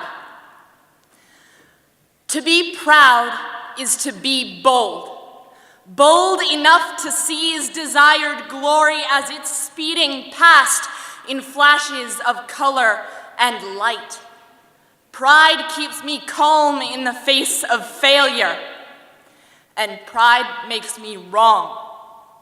Wrong till I am arrogant enough to name myself Coriolanus, the savior of Rome. Reality then shoves my face in a plate of roast crow, a humility which quickly extinguishes the boldness of pride, and in its place insecurity grows to a layer of red on my hands, staining everything I touch. Kill Crow, kill Coriolanus, drench my hands, water thirsty pine roots in blood. Red only stains my arms, leaves burning acrid holes, iron in my limbs, I can taste it in my mouth. Traitor and turncoat, traitor and brave man. Man who died for a fear of falling, my fear that confidence or competence will twist into a mangled mockery, a rope that denies the meager talent which gave it life, denies the endless passion of a shimmering sky. So kill Crow, kill Coriolanus. Slaughter with a blunt and rusty blade the lone saviors of home, even as they stand low, ready, and defiant. Justice for selfish pride. Justice for endless shame. What is the deception? An ego gorged. What is the starvation? An ego gouged. How do I walk this spider web line even when its gossamer trail fades? Kill Crow, kill Coriolanus. Since every step I take leads to pride, to arrogance, to humility and insecurity. So with Crow, with Coriolanus, with boldness, humility, and joy, I search for clear waters to clean my hands of red.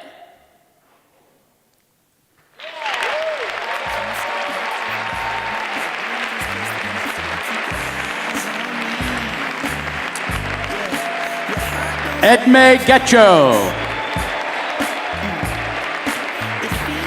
Judges, on the count of three. 1, 2, 3. We have an 8.3, an 8.0, another 8.3, another 8.3, and another 8.3. Please applaud the poet.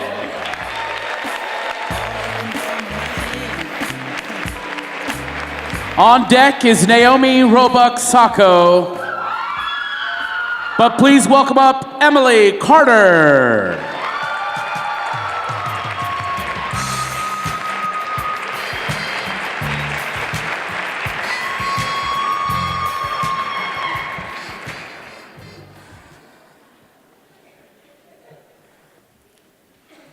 You can be anything.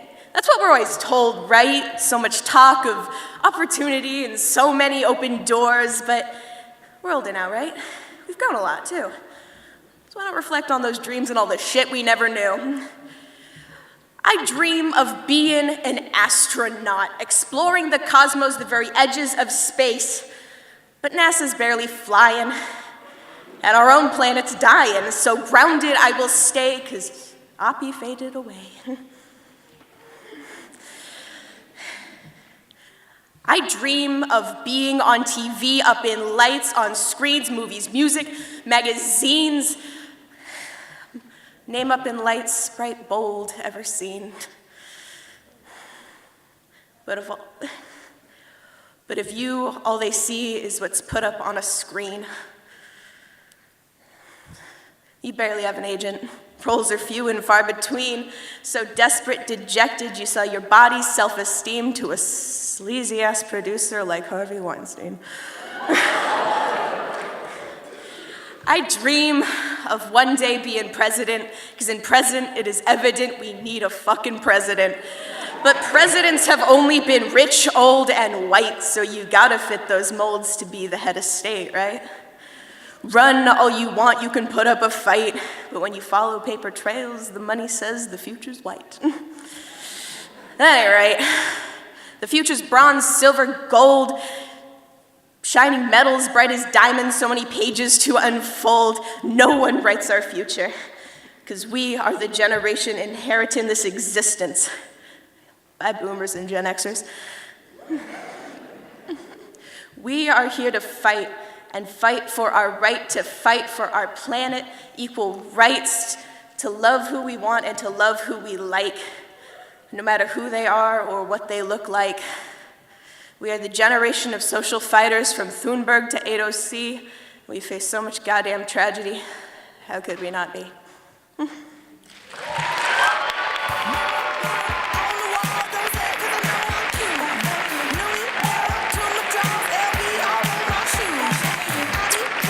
Emily Carter. Judges, 1, 2, 3, hold them up. Got a 9.2, an 8.2, an 8.5, an 8.1, and a 7.9. Please applaud the poet.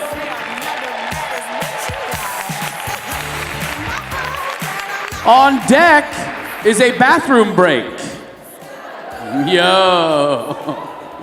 But coming up, please welcome up your final poet in the first round, Naomi Roebuck Sacco.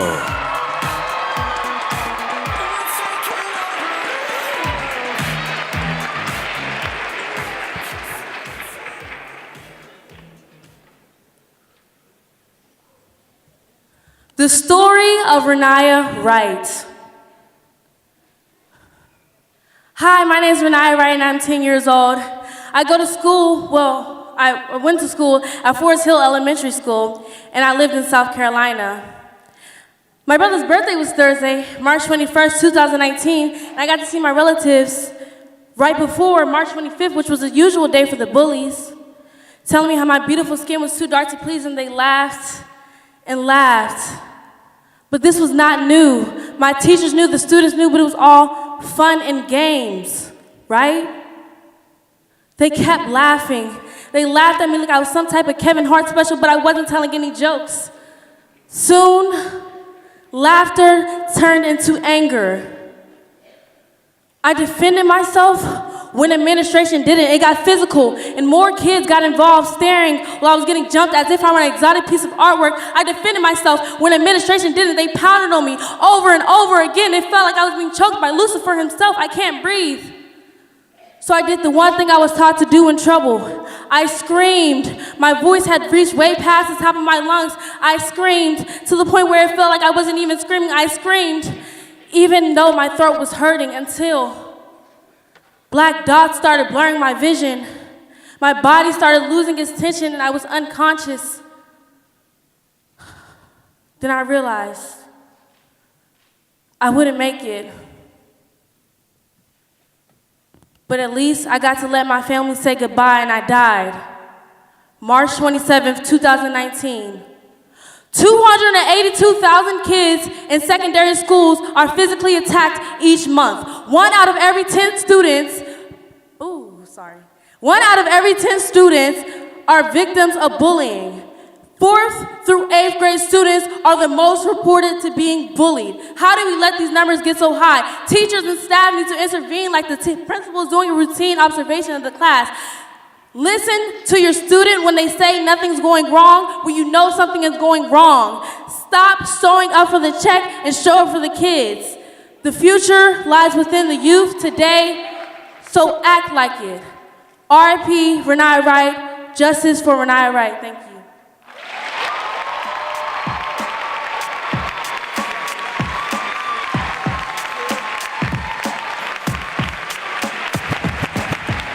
Naomi Roebuck Sacco.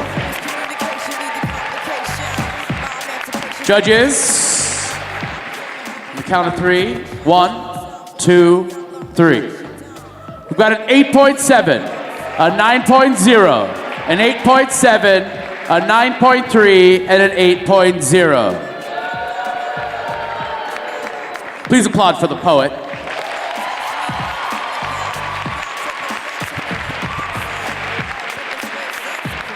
Can we please give Santi Holly over here, our DJ, can we give him a big round of applause?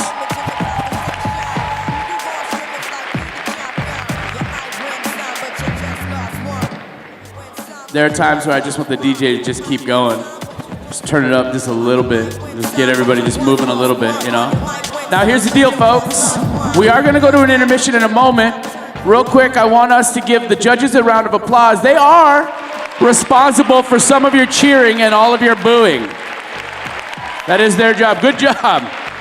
David, Brianna, Omar, Adrian, and Miles will be back in the second round to judge the second half. We are going to ask the scorekeepers to join us backstage so we can tabulate everything and find out who our top 10 are going to be. Remember, there may be time penalties, so we're not exactly sure who's going in just yet. So we're going to figure that out back here, and I would like you to give all the poets a round of applause. You are all fantastic. But here's the thing. Some of the schools sent an alternate poet, and I would love it if all of the alternate poets would stand up and that the audience would cheer for them, because they are not going to get a chance to perform tonight, but they came all the way here to support their fellow classmates. So if we could get the alternates to stand up and give them a round of applause. Thank you. Thank all of you poets for your incredible work. And I will let you go to intermission with this haiku. I am Mike McGee. I love Scrabble and free food. Running makes me sad. See you in 15 minutes. Welcome back, folks. Welcome back.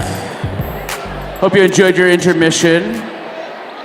I did. I was given some information that I feel is quite pertinent to the rest of the evening. Would you like that information as well? All right. Can we welcome back our judges? Can we say hi to our judges? Say hi, judges. A lot of times when you go and you relieve yourself and you get another beverage, the judges look a lot nicer the second round. But I want to give them a round of applause too, because it's not easy work being a judge. It's not easy work. And can we give another round of applause to Santi Holly, our DJ? Thank you so much, Santi. All right, here's your second round, folks. And now here's the deal. We're gonna go right into it. There's no calibration poet for this round, so we're gonna go right into it. So poets, be ready. And I'm gonna go ahead and read the list. This is the order for the second round. And I will still announce who is on deck. Here we go. Going first, Jordan Walmut.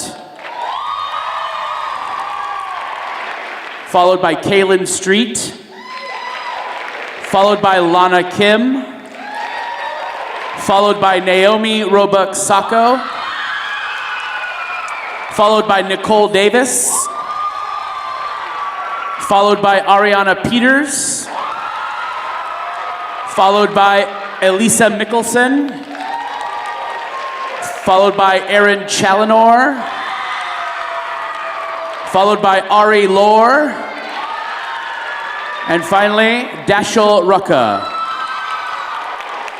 That is your second round, folks. And contained within that second round are your champions for the evening. But guess what? Everyone who performed here tonight is a champion, all right? Folks, you are hearing the dawn of Oregon poetry for the future. All right? This is the future of poetry on the West Coast, all right? And I think they're all fantastic.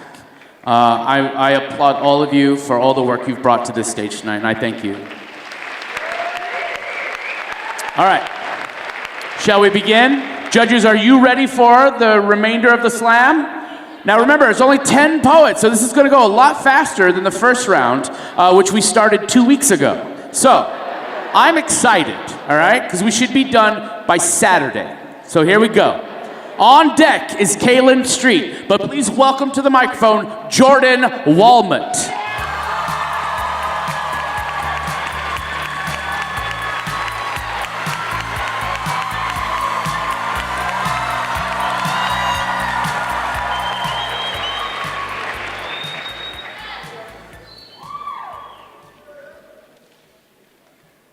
We went from I have a dream to I can't breathe. Martin Luther King to Eric Garner. Martin filled his lungs and gave a speech. He told his dream, a dream a lot agreed with or also had. Eric Garner yelled, I can't breathe 11 times. 11. You didn't listen to the first 3, 6, not even 10, didn't even listen to the last time because you had to watch him die to believe. You knew Eric had a dream too? But in that moment he dreamed of you letting go. Officer Pantaleo, filling his lungs to full capacity because he didn't take advantage of that when he could. We wear black tees saying, I can't breathe, since you didn't hear, maybe you'll see. Do you see the pain in our eyes? Another black dies after how many cries, how many tries, how many times do we have to repeat ourselves? Black lives matter.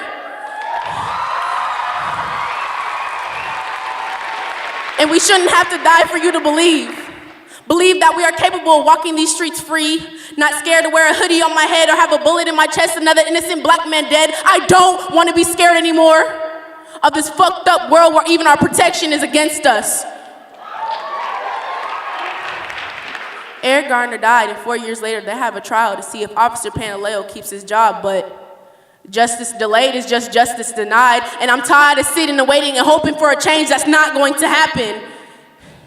I have a dream to be protected and accepted, not a target and neglected. They have a badge on their chest. They have a badge on their chest and think they're better than us. They slap a label on our head, hold us at gunpoint. If we move, we're dead. But I have a dream that COP stands for caring of people and not criminals of permission. You see, I would keep going, but I can't breathe.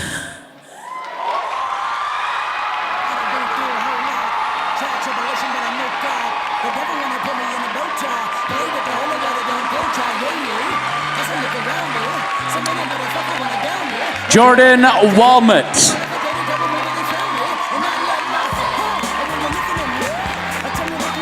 Judges, 1, 2, 3. We have a 9.8, a 10, a 9.7, a 10, and another 10.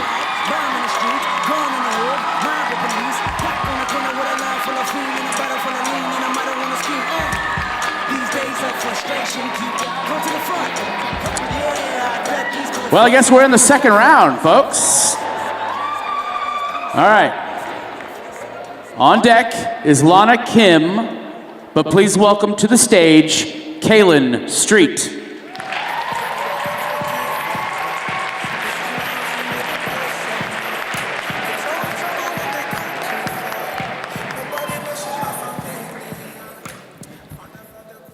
That they never told you to do this. If you haven't silenced your cell phones, please do so now.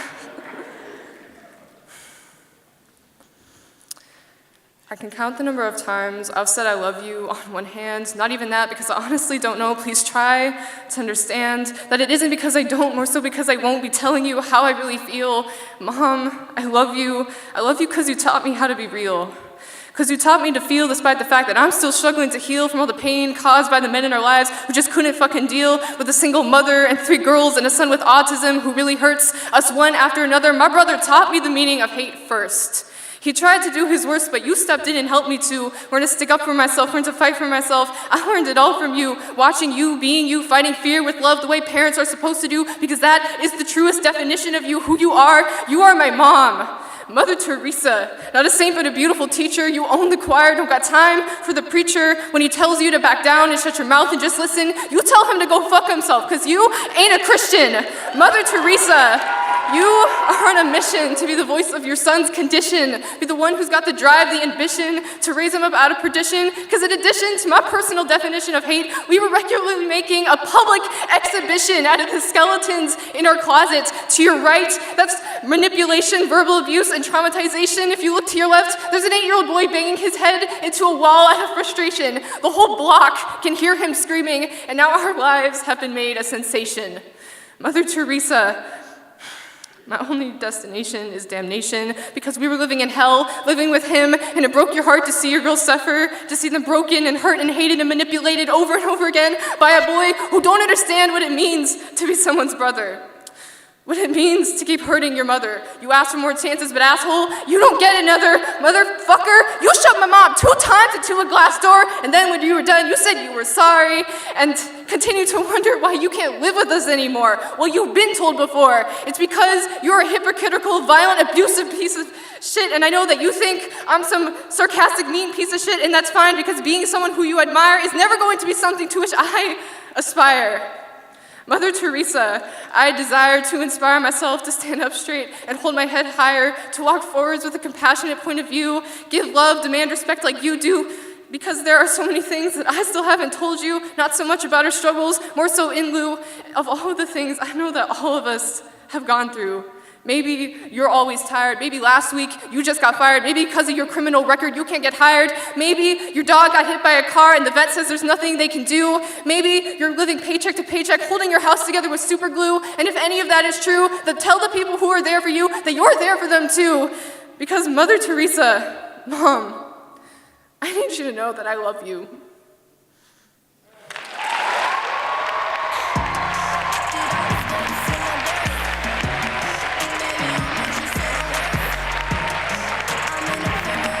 Kaylin Street. Judges, 1, 2, 3. 8.7, 9.0, 9.5, 9.4, and a 9.3. And on deck is Naomi Roebuck Sacco. But please welcome to the microphone, Lana Kim.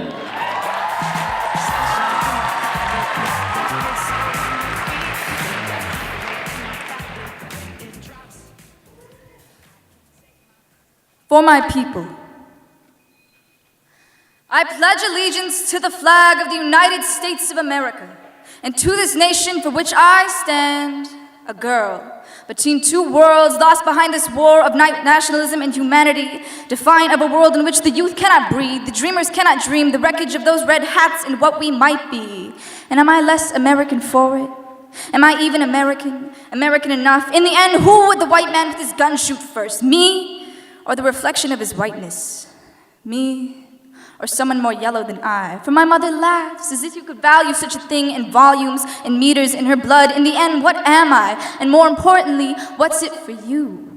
The boy harassing me says, right before he tells me how my poem about white males made him want to beat his white meat off. For your mother, I say when I go for his throat. For your God, the man with his Jesus hates fag signs yells at me, and you know what? I agree, because the edges of her keep me holy. For the turtles draws another tall white man who's drinking his kombucha through a metal straw. He is the kind of man who will read your story of being othered and call it luminous. How enlightening is your pain? I'm so glad it's over, he says, and I know exactly how to tell him I am only just beginning.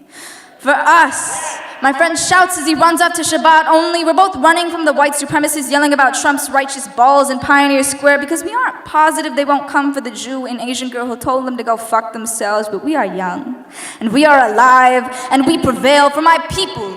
Every colonizer has said, in one hand the profit of a genocide, and the other the spines of our grandmothers. For mine, the Native American answers back through a story that isn't mine to tell, but should be carved into the hands of every white person who asks for more, so that they may have to look at it every time they reach for something that shouldn't be theirs. For what is these last centuries but a reflection of pain? For what can I see when I look towards our future? For my child, the mother says, but I don't know how to tell her this border separates one demon from another, and we learn this reality from choking on those star-spangled skies in a country a little too white and bright to notice spilled red caused by power bleeding in blue. For my country, does the soldier lose their humanity because their humanity is a celebration of laughter and love and pain, but we were not born to die. America, who the fuck do you think you are?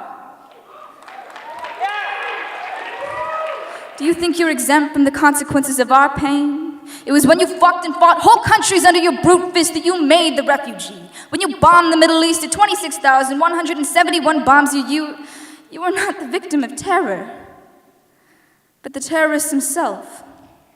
For what good can come of this? Bad things did not come dressed in slanted eyes and a turban, dark skin and kinky hair. Bad things came running for me too.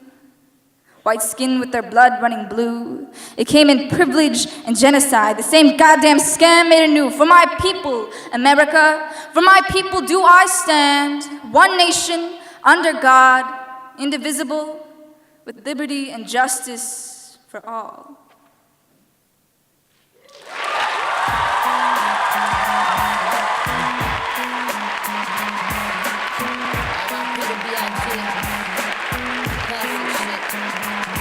Lana Kim. Judges, 1, 2, 3.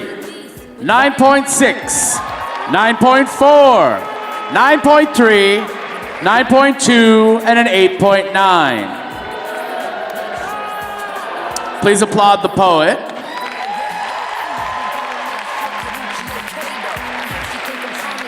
On deck is Nicole Davis.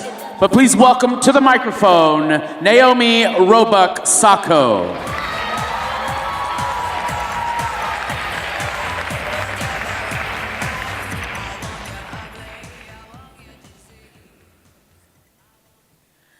A baby boy was born in Florida, February 5th, 1995.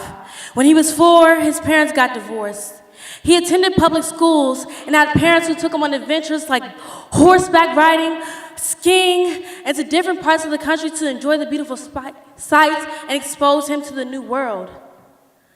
At school, he took an English honors class, although math was his favorite subject. To stay busy, he did football, but that was not his dream. No, that was not his true desire nor aspiration. He wanted to study aviation and become a pilot. Some might have called him a nerd. Others would say he was the perfect boyfriend and sweetheart. His tall, buff body matched his handsome face. His body had beautiful tattoos in the name of the people who supported him, believed in him, loved him, even when the school was calling him another troublemaker. And that was his daily reminder of why it was all still worth it. Who do you see when I say this? Who do you imagine? On February 26, 2012, George Zimmerman didn't see this boy. As he followed him on his journey of death, he suspected that Trayvon Martin was about to break and enter a house that was not his own. And without any reason, he called the police on a 17-year-old boy walking home because he believed that Trayvon Martin was guilty. Guilty of what? A crime that yet had been committed. The police said not to pursue him in his chase to catch Trayvon Martin, but he did. As the footsteps get louder, Trayvon Martin decides to put a pep in his step. The footsteps still get louder, and now he realizes he's being chased. And from there, we don't know what happened. But we know the faint screams of help from a 911 call, followed by a gunshot wound. And we know that George Zimmerman called the cops on several other black guys in that neighborhood that looked suspicious.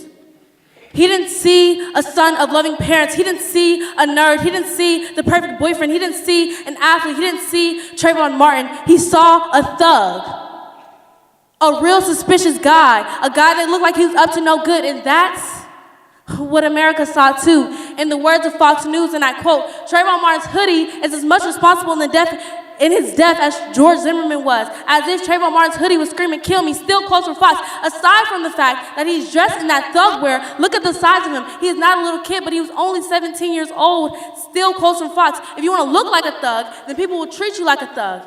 He didn't want to look like a thug. He wanted to buy candy from a store. He paid the cashier and left the thug because he covered his black face with a hood due to rain, and that's what you think a thug looks like.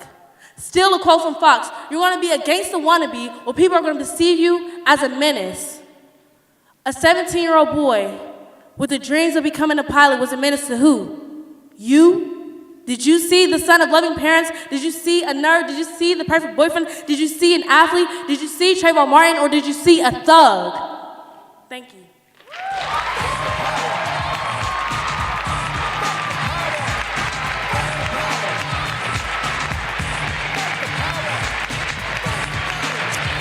Naomi Roebuck Sacco. Judges, 1, 2, 3. We have an 8.8, an 8.4, a 9.2, a 9.0, and an 8.8. Now please applaud for the poet. On deck we have Ariana Peters, but please welcome to the microphone, Nicole Davis.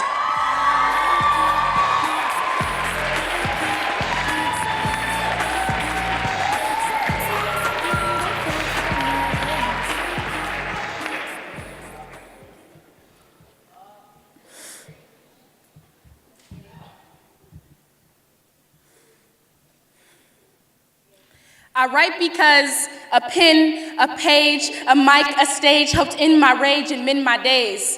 I write because I shy from interaction, rather create the action. It's easier to skip emotions than link the ink into a cool cup of compassion. I write because for a while I lived in ignorance until your call obliterated my blissful oblivion. I write because honestly, my own honesty was beginning to bother me. I write because you were caller number 2 or 3 and the demons y'all have bestowed upon me are starting to get to me. I write because I had to face facts, negligent of the fact that it hurt me. I wrote because every time I spoke, it seemed as if my voice was ignored, as if my mouth was taped shut, or my voice was mute. As I found the pencil and paper, I no longer saw the need to speak. As I wrote, my tongue and almost swallowed, I found poetry.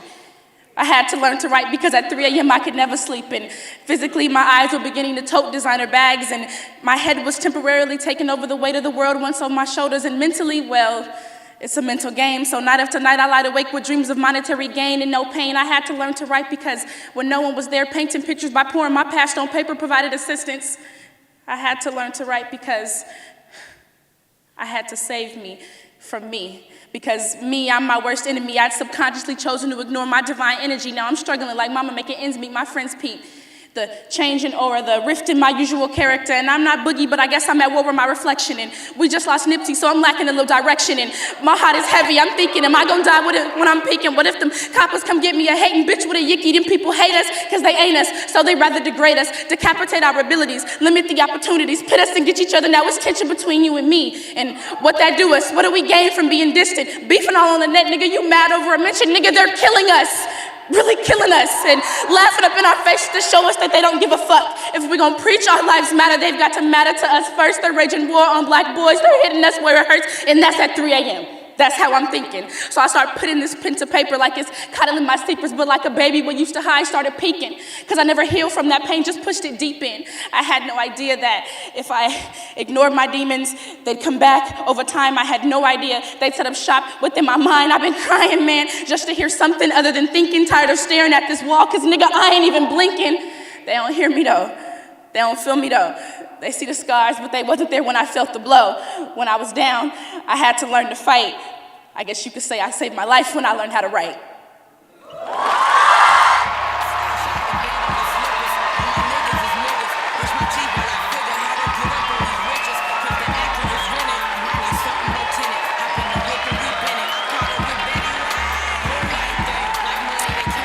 Nicole Davis. Judges, 1, 2, 3.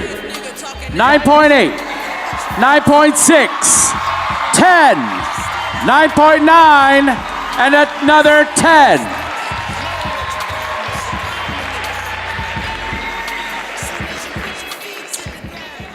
All right. On deck is Elisa Mickelson, but please welcome up to the microphone, Ariana Peters.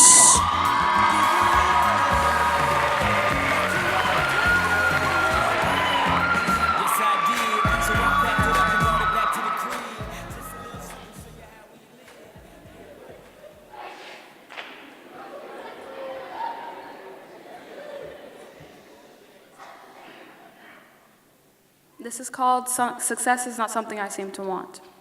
What are you? Are you the sweet yet fleeting feeling of a job well done? Are you the shimmering object I received when I caught the ball the teacher kicked in 5th grade? A award? You've blessed me with my 15 minutes of fame, the success that I was only found in my report cards, the consecutive A's in your mind read smart, able, but most importantly, healthy. Do I look healthy to you? Does my voice sound youthful and resilient? Now listen to me as I stumble over my words to convey to you that surprisingly, I'm not a mentally stable teenager. I'm going to be honest. I've asked myself the question of, do I matter? What value does my life have? But oh, no one had a clue, because the A's on my report card and my name on the honor roll don't only communicate my competence, but are also a public documentation of my mental state. And what was the doctor's verdict? Oh, would you look at that? A lifetime supply of happiness and satisfaction. But if you'd only take the time to read the fine print, you would find that this doctor isn't a reliable source. I think we should find a second opinion. I said I think we should find a second opinion. Any volunteers? How about we choose me, the woman behind the mystery mask, the reliable doctor note that we've all been waiting for. Now you ask me for my verdict, and I shall bestow upon you just that. Now I say that yes, this girl is indeed competent and able, but healthy she is not, eating excessively, sleeping constantly. Her phrases read, don't ask me how I am, I don't need or want your attention. They're giving you attention because your exterior expression screams severe depression. I don't need your emotional support, I'm fine, leave me alone. Sweetie, no you're not. You fooled yourself into thinking you could be coddled in the arms of the first doctor that has lied to everyone forever. Always knowing there were expectations in everyone's voice, the sound grew stronger, I grew weaker. You can totally do it, they said. You'll do great. They said, you can't do this? Really? Well, compared to how you did last year. The questions come pouring out of their mouths, oozing like tar, so much that the second doctor hides their verdict away, along with many others. They keep asking, the sound gets louder, the questions make this room that I've hidden myself in get bigger, only creating more space to get lost in, and only traps the expectations I've adopted from everyone else to swirl around in my head.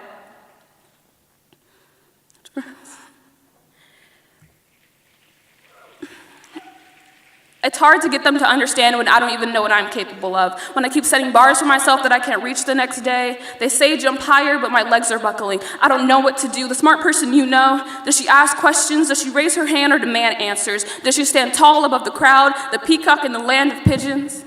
I start looking for myself in your eyes. The sight is foggy, but I spent 5 years trying to find out what you want me to be. My brain is giving up on me. I can't remember what I had for breakfast this morning or what show I was watching when the commercials come on. I want to be able to do something so badly that it seems like I can't do anything, because if I can do something, my legs will stop buckling, the bar will stop moving, and people can stop comparing me to myself. Thank you.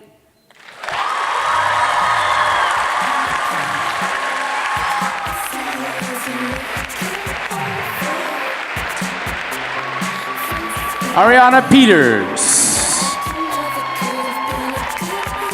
Judges, 1, 2, 3. 8.7, 8.9, 9.2, 9.0, and another 9.0. But please applaud for the poet. Thank you.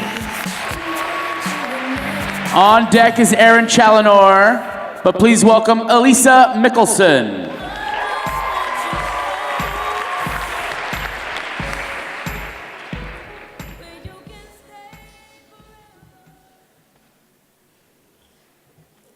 I wanted to shout. I wanted to scream until the burning in my throat willed me to stop. I wanted to let the fire in my bones out. Show you the strength that you were so sure I didn't have, that you're still so sure I don't have. More than anything, I wanted you to love me. I wanted you to see me for the woman I felt I was, not the little girl you believed me to be. Some nights I still don't sleep. I lay curled beneath covers, pretending their weight is your arms, as if pretending would bring you back. Maybe it's that a part of me still believes that if I lie awake long enough, you'll walk through that door the same way you did so long ago. Or maybe it's that my mind likes to play sick games behind closed eyelids.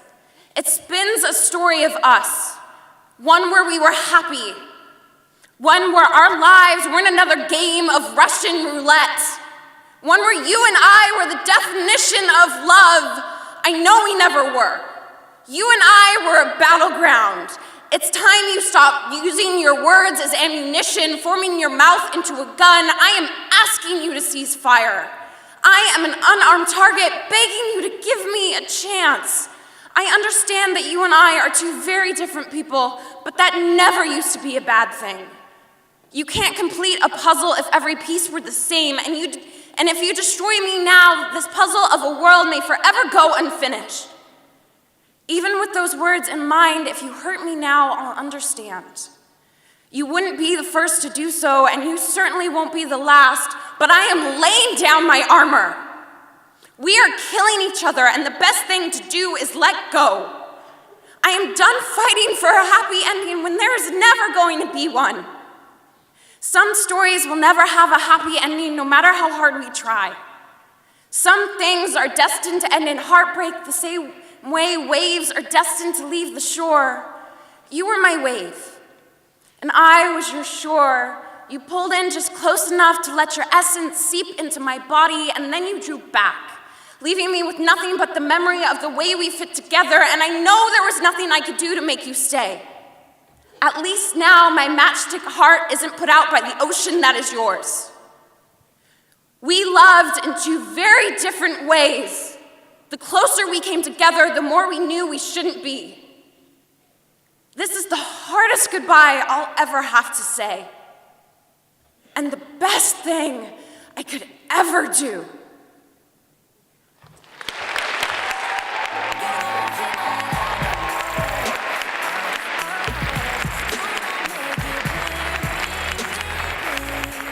Elisa Mickelson. Judges, 1, 2, 3. An 8.9, a 9.2, a 9.5, a 9.1, and another 9.2. On deck is Ari Lore, but please welcome to the microphone, Aaron Challenor.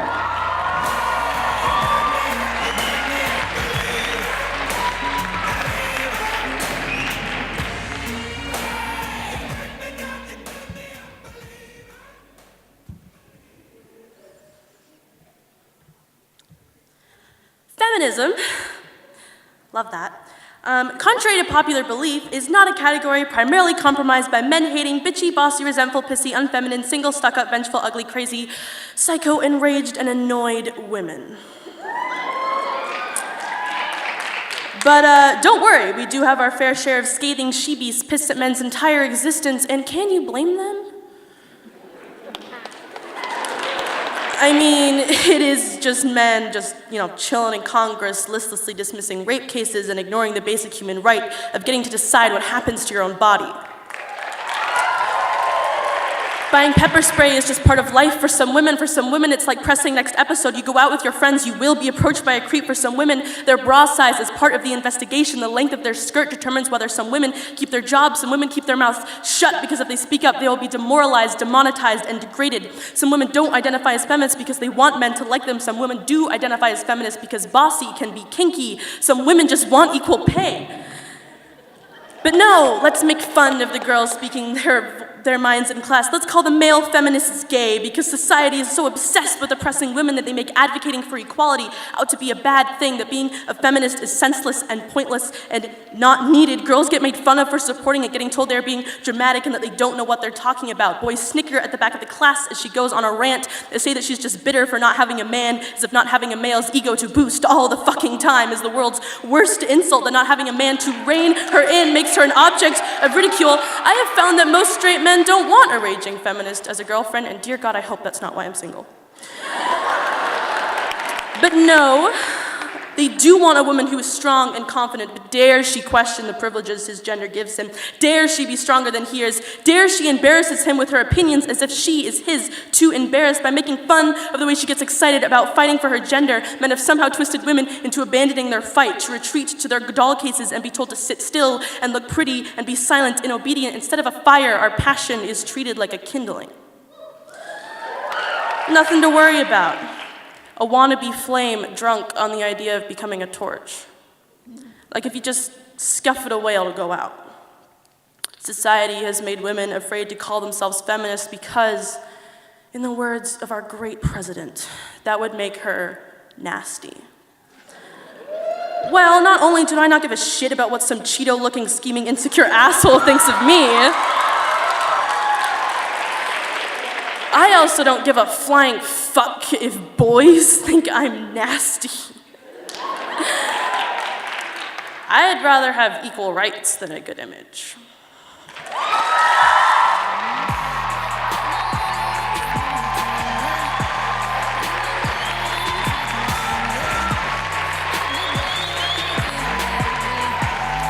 Aaron Challenor.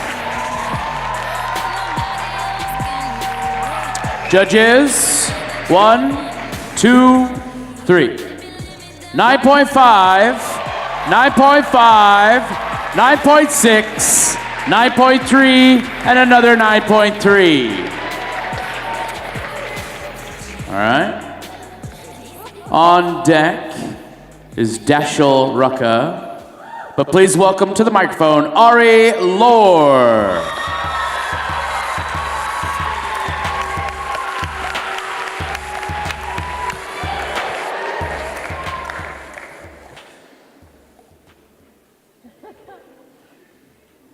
To the boy who I heard shouting faggot in the hallway, this one's for you. First of all, fuck you, dude. You know, it's kind of funny because me saying fuck you is the closest anybody's gotten to actually fucking you. Second, I hope you know that my lesbian friends get more pussy than you ever will. Third, yes, I am a faggot, because I have marched through fire. My very existence is the fucking sun saying, feast your eyes, because I will burn through your retinas until you know my name, until you know the names of the 107 victims of the Orlando shooting, until you know the way the word, like faggot, sparked the ignition of the engine of the car that dragged a gay man 3 miles across the concrete, spreading his body parts in 81 separate places, conscious the entire time. I'll say his name. James Byrd Jr. But when I say his name and the word faggot in the same poem, I feel like I am driving that car. Because who am I to use the word that brings us down to their level? But my God, who am I not to? Who am I? Who are we if we don't use his name as a damnation, bringing hell to its knees, unearthing his cries for help, shouting, here we are, here is our son, here is our battle cry. So when I hear a boy shouting faggot at me, I will shout back at him with the voices of 50,000 victims of LGBT-targeted hate crimes in only the past 10 years. I will scream, and you better know that I am a faggot. I will say that word until it is just as meaningless as his name to you, as his story to you, as our stories to you. And I won't just bring hell to its knees. I'll raise it to the sky and show you our brimstone downpour, our fire rain, until you are a believer in our God, which is to say basic human rights, which is to say that love knows no judge, love knows no judge. When I say I love you to another man in public, I shouldn't have to look over my shoulder just to know I'm safe. And to everyone seeing this poem tonight, realize that one word has changed the fate of thousands, 50,000, one word. James Byrd Jr., faggot, say his name, faggot, say his name, faggot, say his name, faggot, say his name, say his name, say his name.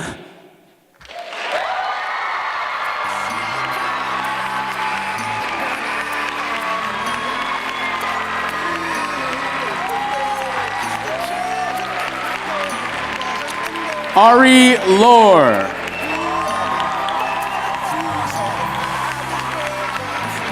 Judges, 1, 2, 3. 9.9, 10, 9.8, 9.8, and a 9.6.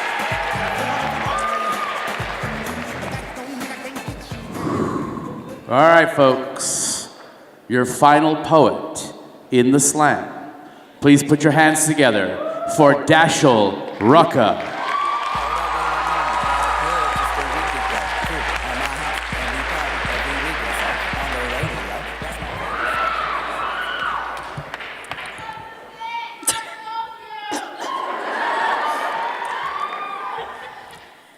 In 1917, the watchmaking factories employed predominantly women. They used self-luminous paint. It glowed and the women worked happily. It was the beginning of feminism. They made their own money.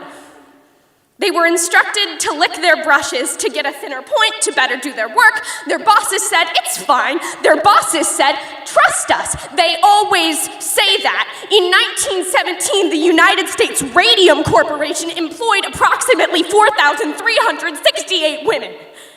They worked with the powdered substance, whispered into their work, time will tell, and when I walked into that factory, there were warning signs. Black and yellow marked toxic, glowing with the radiation. I saw tables where women worked, saw them bleeding to the bone. I saw them, and I saw your face, smiling. You made me factory worker, craftsman, radium girl, happy to see me paint. The girls were told it was fine, even when their lips turned black, even when their jaws started crumbling, even when their lungs ached, even when they started coughing up blood.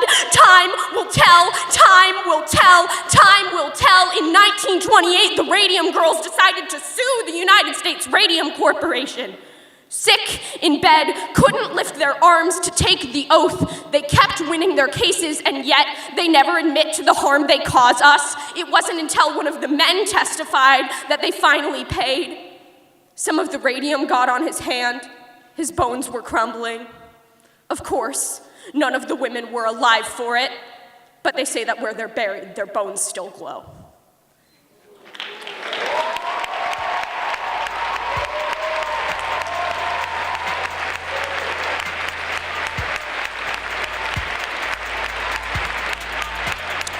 Dashel Rucka. Judges, one last time. 1, 2, 3. We have a 9.2, a 9.5, a 9.7, a 9.4, and a 9.1. Please applaud the poet. Now please applaud all of the poets.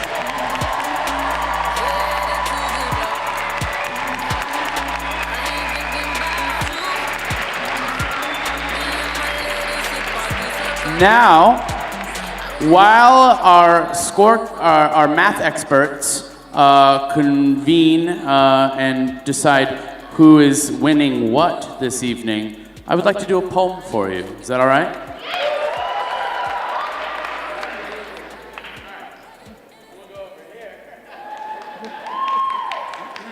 Knock, knock. 2. It's to whom? All right. I spent a lot of time, I think because my mom worked the graveyard shift, I spent a lot of time being awake, kind of worrying, being 12, and having 4 younger sisters and younger brothers, and watching them overnight, and being worried about her being gone and us being alone and this and that. And I sort of fell in love with the night. I really, really fell in love with the night. So it made sense that when I started working and I had to get a job, I started working the graveyard shift. So this is anyone who's ever worked overnight, for anyone who's ever worked overnight or has felt lonely. If you're neither of those, you suck. You know? All right, okay. Now I've been told that it can be dangerous. It can be so dangerous I've been told that in 1500s England, they buried people prematurely due to a comatose state caused by drinking alcohol from lead and pewter cups. To eradicate these awful mistakes and to prevent many wrongful deaths, they hired men to sit in the cemeteries with lanterns and shovels to listen for ringing bells. These bells were tied to twine, and the twine was run underground to the wrists of the deceased. If the person awoke inside their coffin and scrambled for escape, their bell would sound 6 feet above, and the diggers would start digging. Hence, those buried alive were saved by the bell. And the diggers' work became known as the first graveyard shift. The only people at that time willing to work in the dark and sleep during the day. So, I'm at my new graveyard job at the mall. I stock toys for the kiddies at Christmas time. I work in the dark like Quasimodo because they would never hire me for a daylight position. I guess I just don't appeal to their regular shoppers. And I definitely don't appeal to the kind of people that stop by our store for spending thousands at Nordstrom. Come see the big hairy guy. Come one, come all, come down to the mall, see for yourself this big giant elf. I cannot dance for $1, and I will not give up my dreams for a job. I work in the dark to enjoy the sun. I plan my life during my 10-minute breaks while the nocturnal animals play in the empty parking garage amongst littered shopping bags, receipts, and price tags. As the world sleeps, dreaming of designer clothes, bottled water, and a Beverly Hills lifestyle, I debate with myself whether or not I even have time to suck down one more cigarette. And if you can see the blue in this collar, then you know that I have learned quite well just how to differentiate between the day walkers and those that roam the night. I prefer the light of the moon over your basic fluorescent office fixture. The kind of light that assumes a distrust between you and your boss. The kind of light that peeks into and around every corner. Those are the lights the stores use at malls to scare away the shoplifters. And those are the lights they shut off when the graveyard shift punches in. They know that something's going to be missing in the morning, so what's the point? The graveyard shift is creative, taking what is never rightfully theirs, but obviously no one else's either. There's something so missing in the morning when the day crew takes over that the customers can smell it under the hot lights of omniscience. It is the creativity born with night walkers. It is how much the day hates the night. You'll never see a pigeon hanging out with an owl.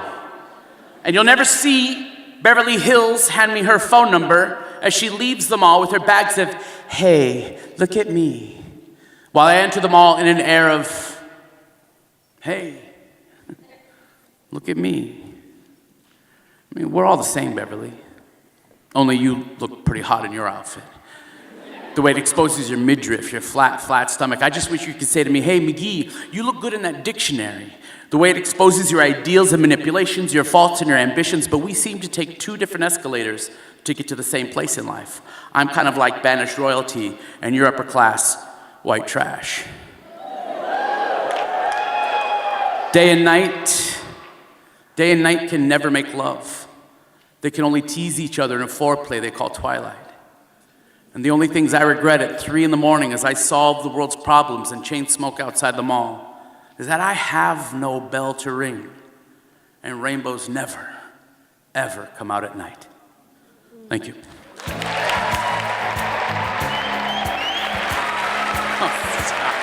Oh, stop it. These guys. These guys. 1.0, 1.0, 1.0. Yeah. Oh, man. Holy hell. You guys ready to find out who won this? Let's do it. Let's do it. Bring them on out. Folks, can we give Ramiza Koya a huge round of applause for putting so much of this together?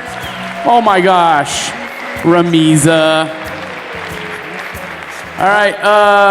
Can you believe we're about to hand out like $80 million worth of technology over here? I come from Silicon Valley, folks. I live in Silicon Valley. I could have brought these with me for you, you know? All right. I can take them back if they don't work. Anyhow, just kidding. Folks, wow, what a night. And poets, for real, like seriously, you're awesome. Oh my gosh. Killing it. This is the order. Is it? Yeah. No, I'm just gonna jump around. Yeah. In second place. No. In fifth place. Here, come forward and hold up the item that each person's gonna win. Yeah. All right. I'm amazed you did it by yourself. So, in fifth place, winning a $250 gift card for Powell's Books. Powell's Books. That's pretty sweet. Please welcome up, give a warm round of applause to Dashel Rucka.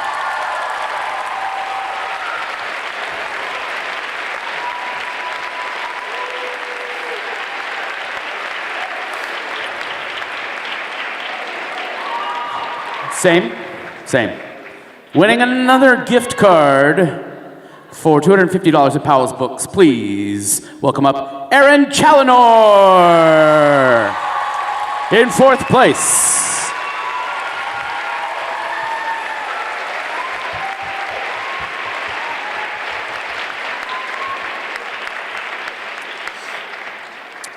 In third place, winning an iPad Air. An iPad Air. I don't know why it sounds funny to me. It does. Yeah.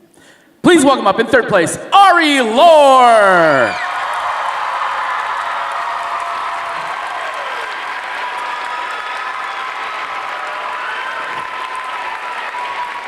That's it, folks. Thank you. We'll have a good night. No, just kidding. The other two are like, well, I got something. All right.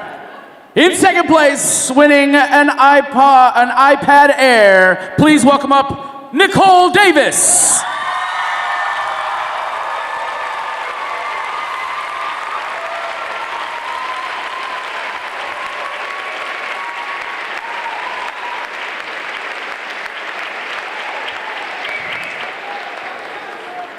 And in first place, your Verselandia 2019 champion, folks, winning an iPad Pro with a keyboard.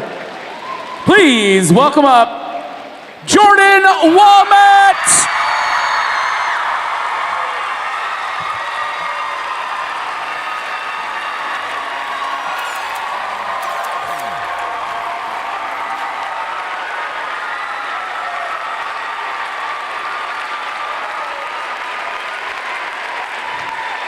Poets, would you like to say anything? Please. Anything to your school, anything? Rest in peace, Ermia's Nipsey Hussle Asgedum.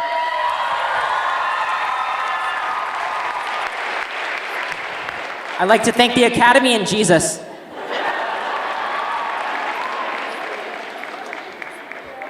I just want to thank you all for coming out tonight. It means a lot that you all are here to support poetry because it's a cool thing.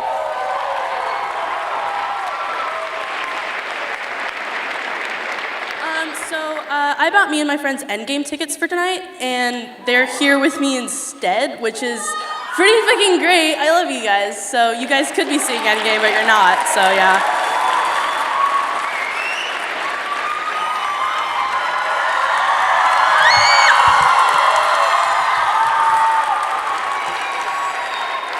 I just want to say thank you for my mom supporting me through spiritually up in heaven. Rest in peace. I want to say thank you to my sister. She also competed, and I knew she worked really hard for this. I love you a lot, even though I'm rude to you. And I want to say thank you a lot to Nicole. Even though she was my #1 competitor, she was also my #1 supporter over there.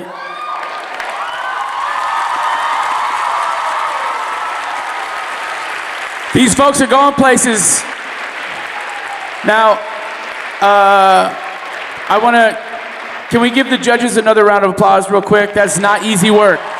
It's not easy work. We'd like it if all the poets would come up on stage for photographs, and all the librarians and teachers who put together each of their programs at their schools come on up for photos.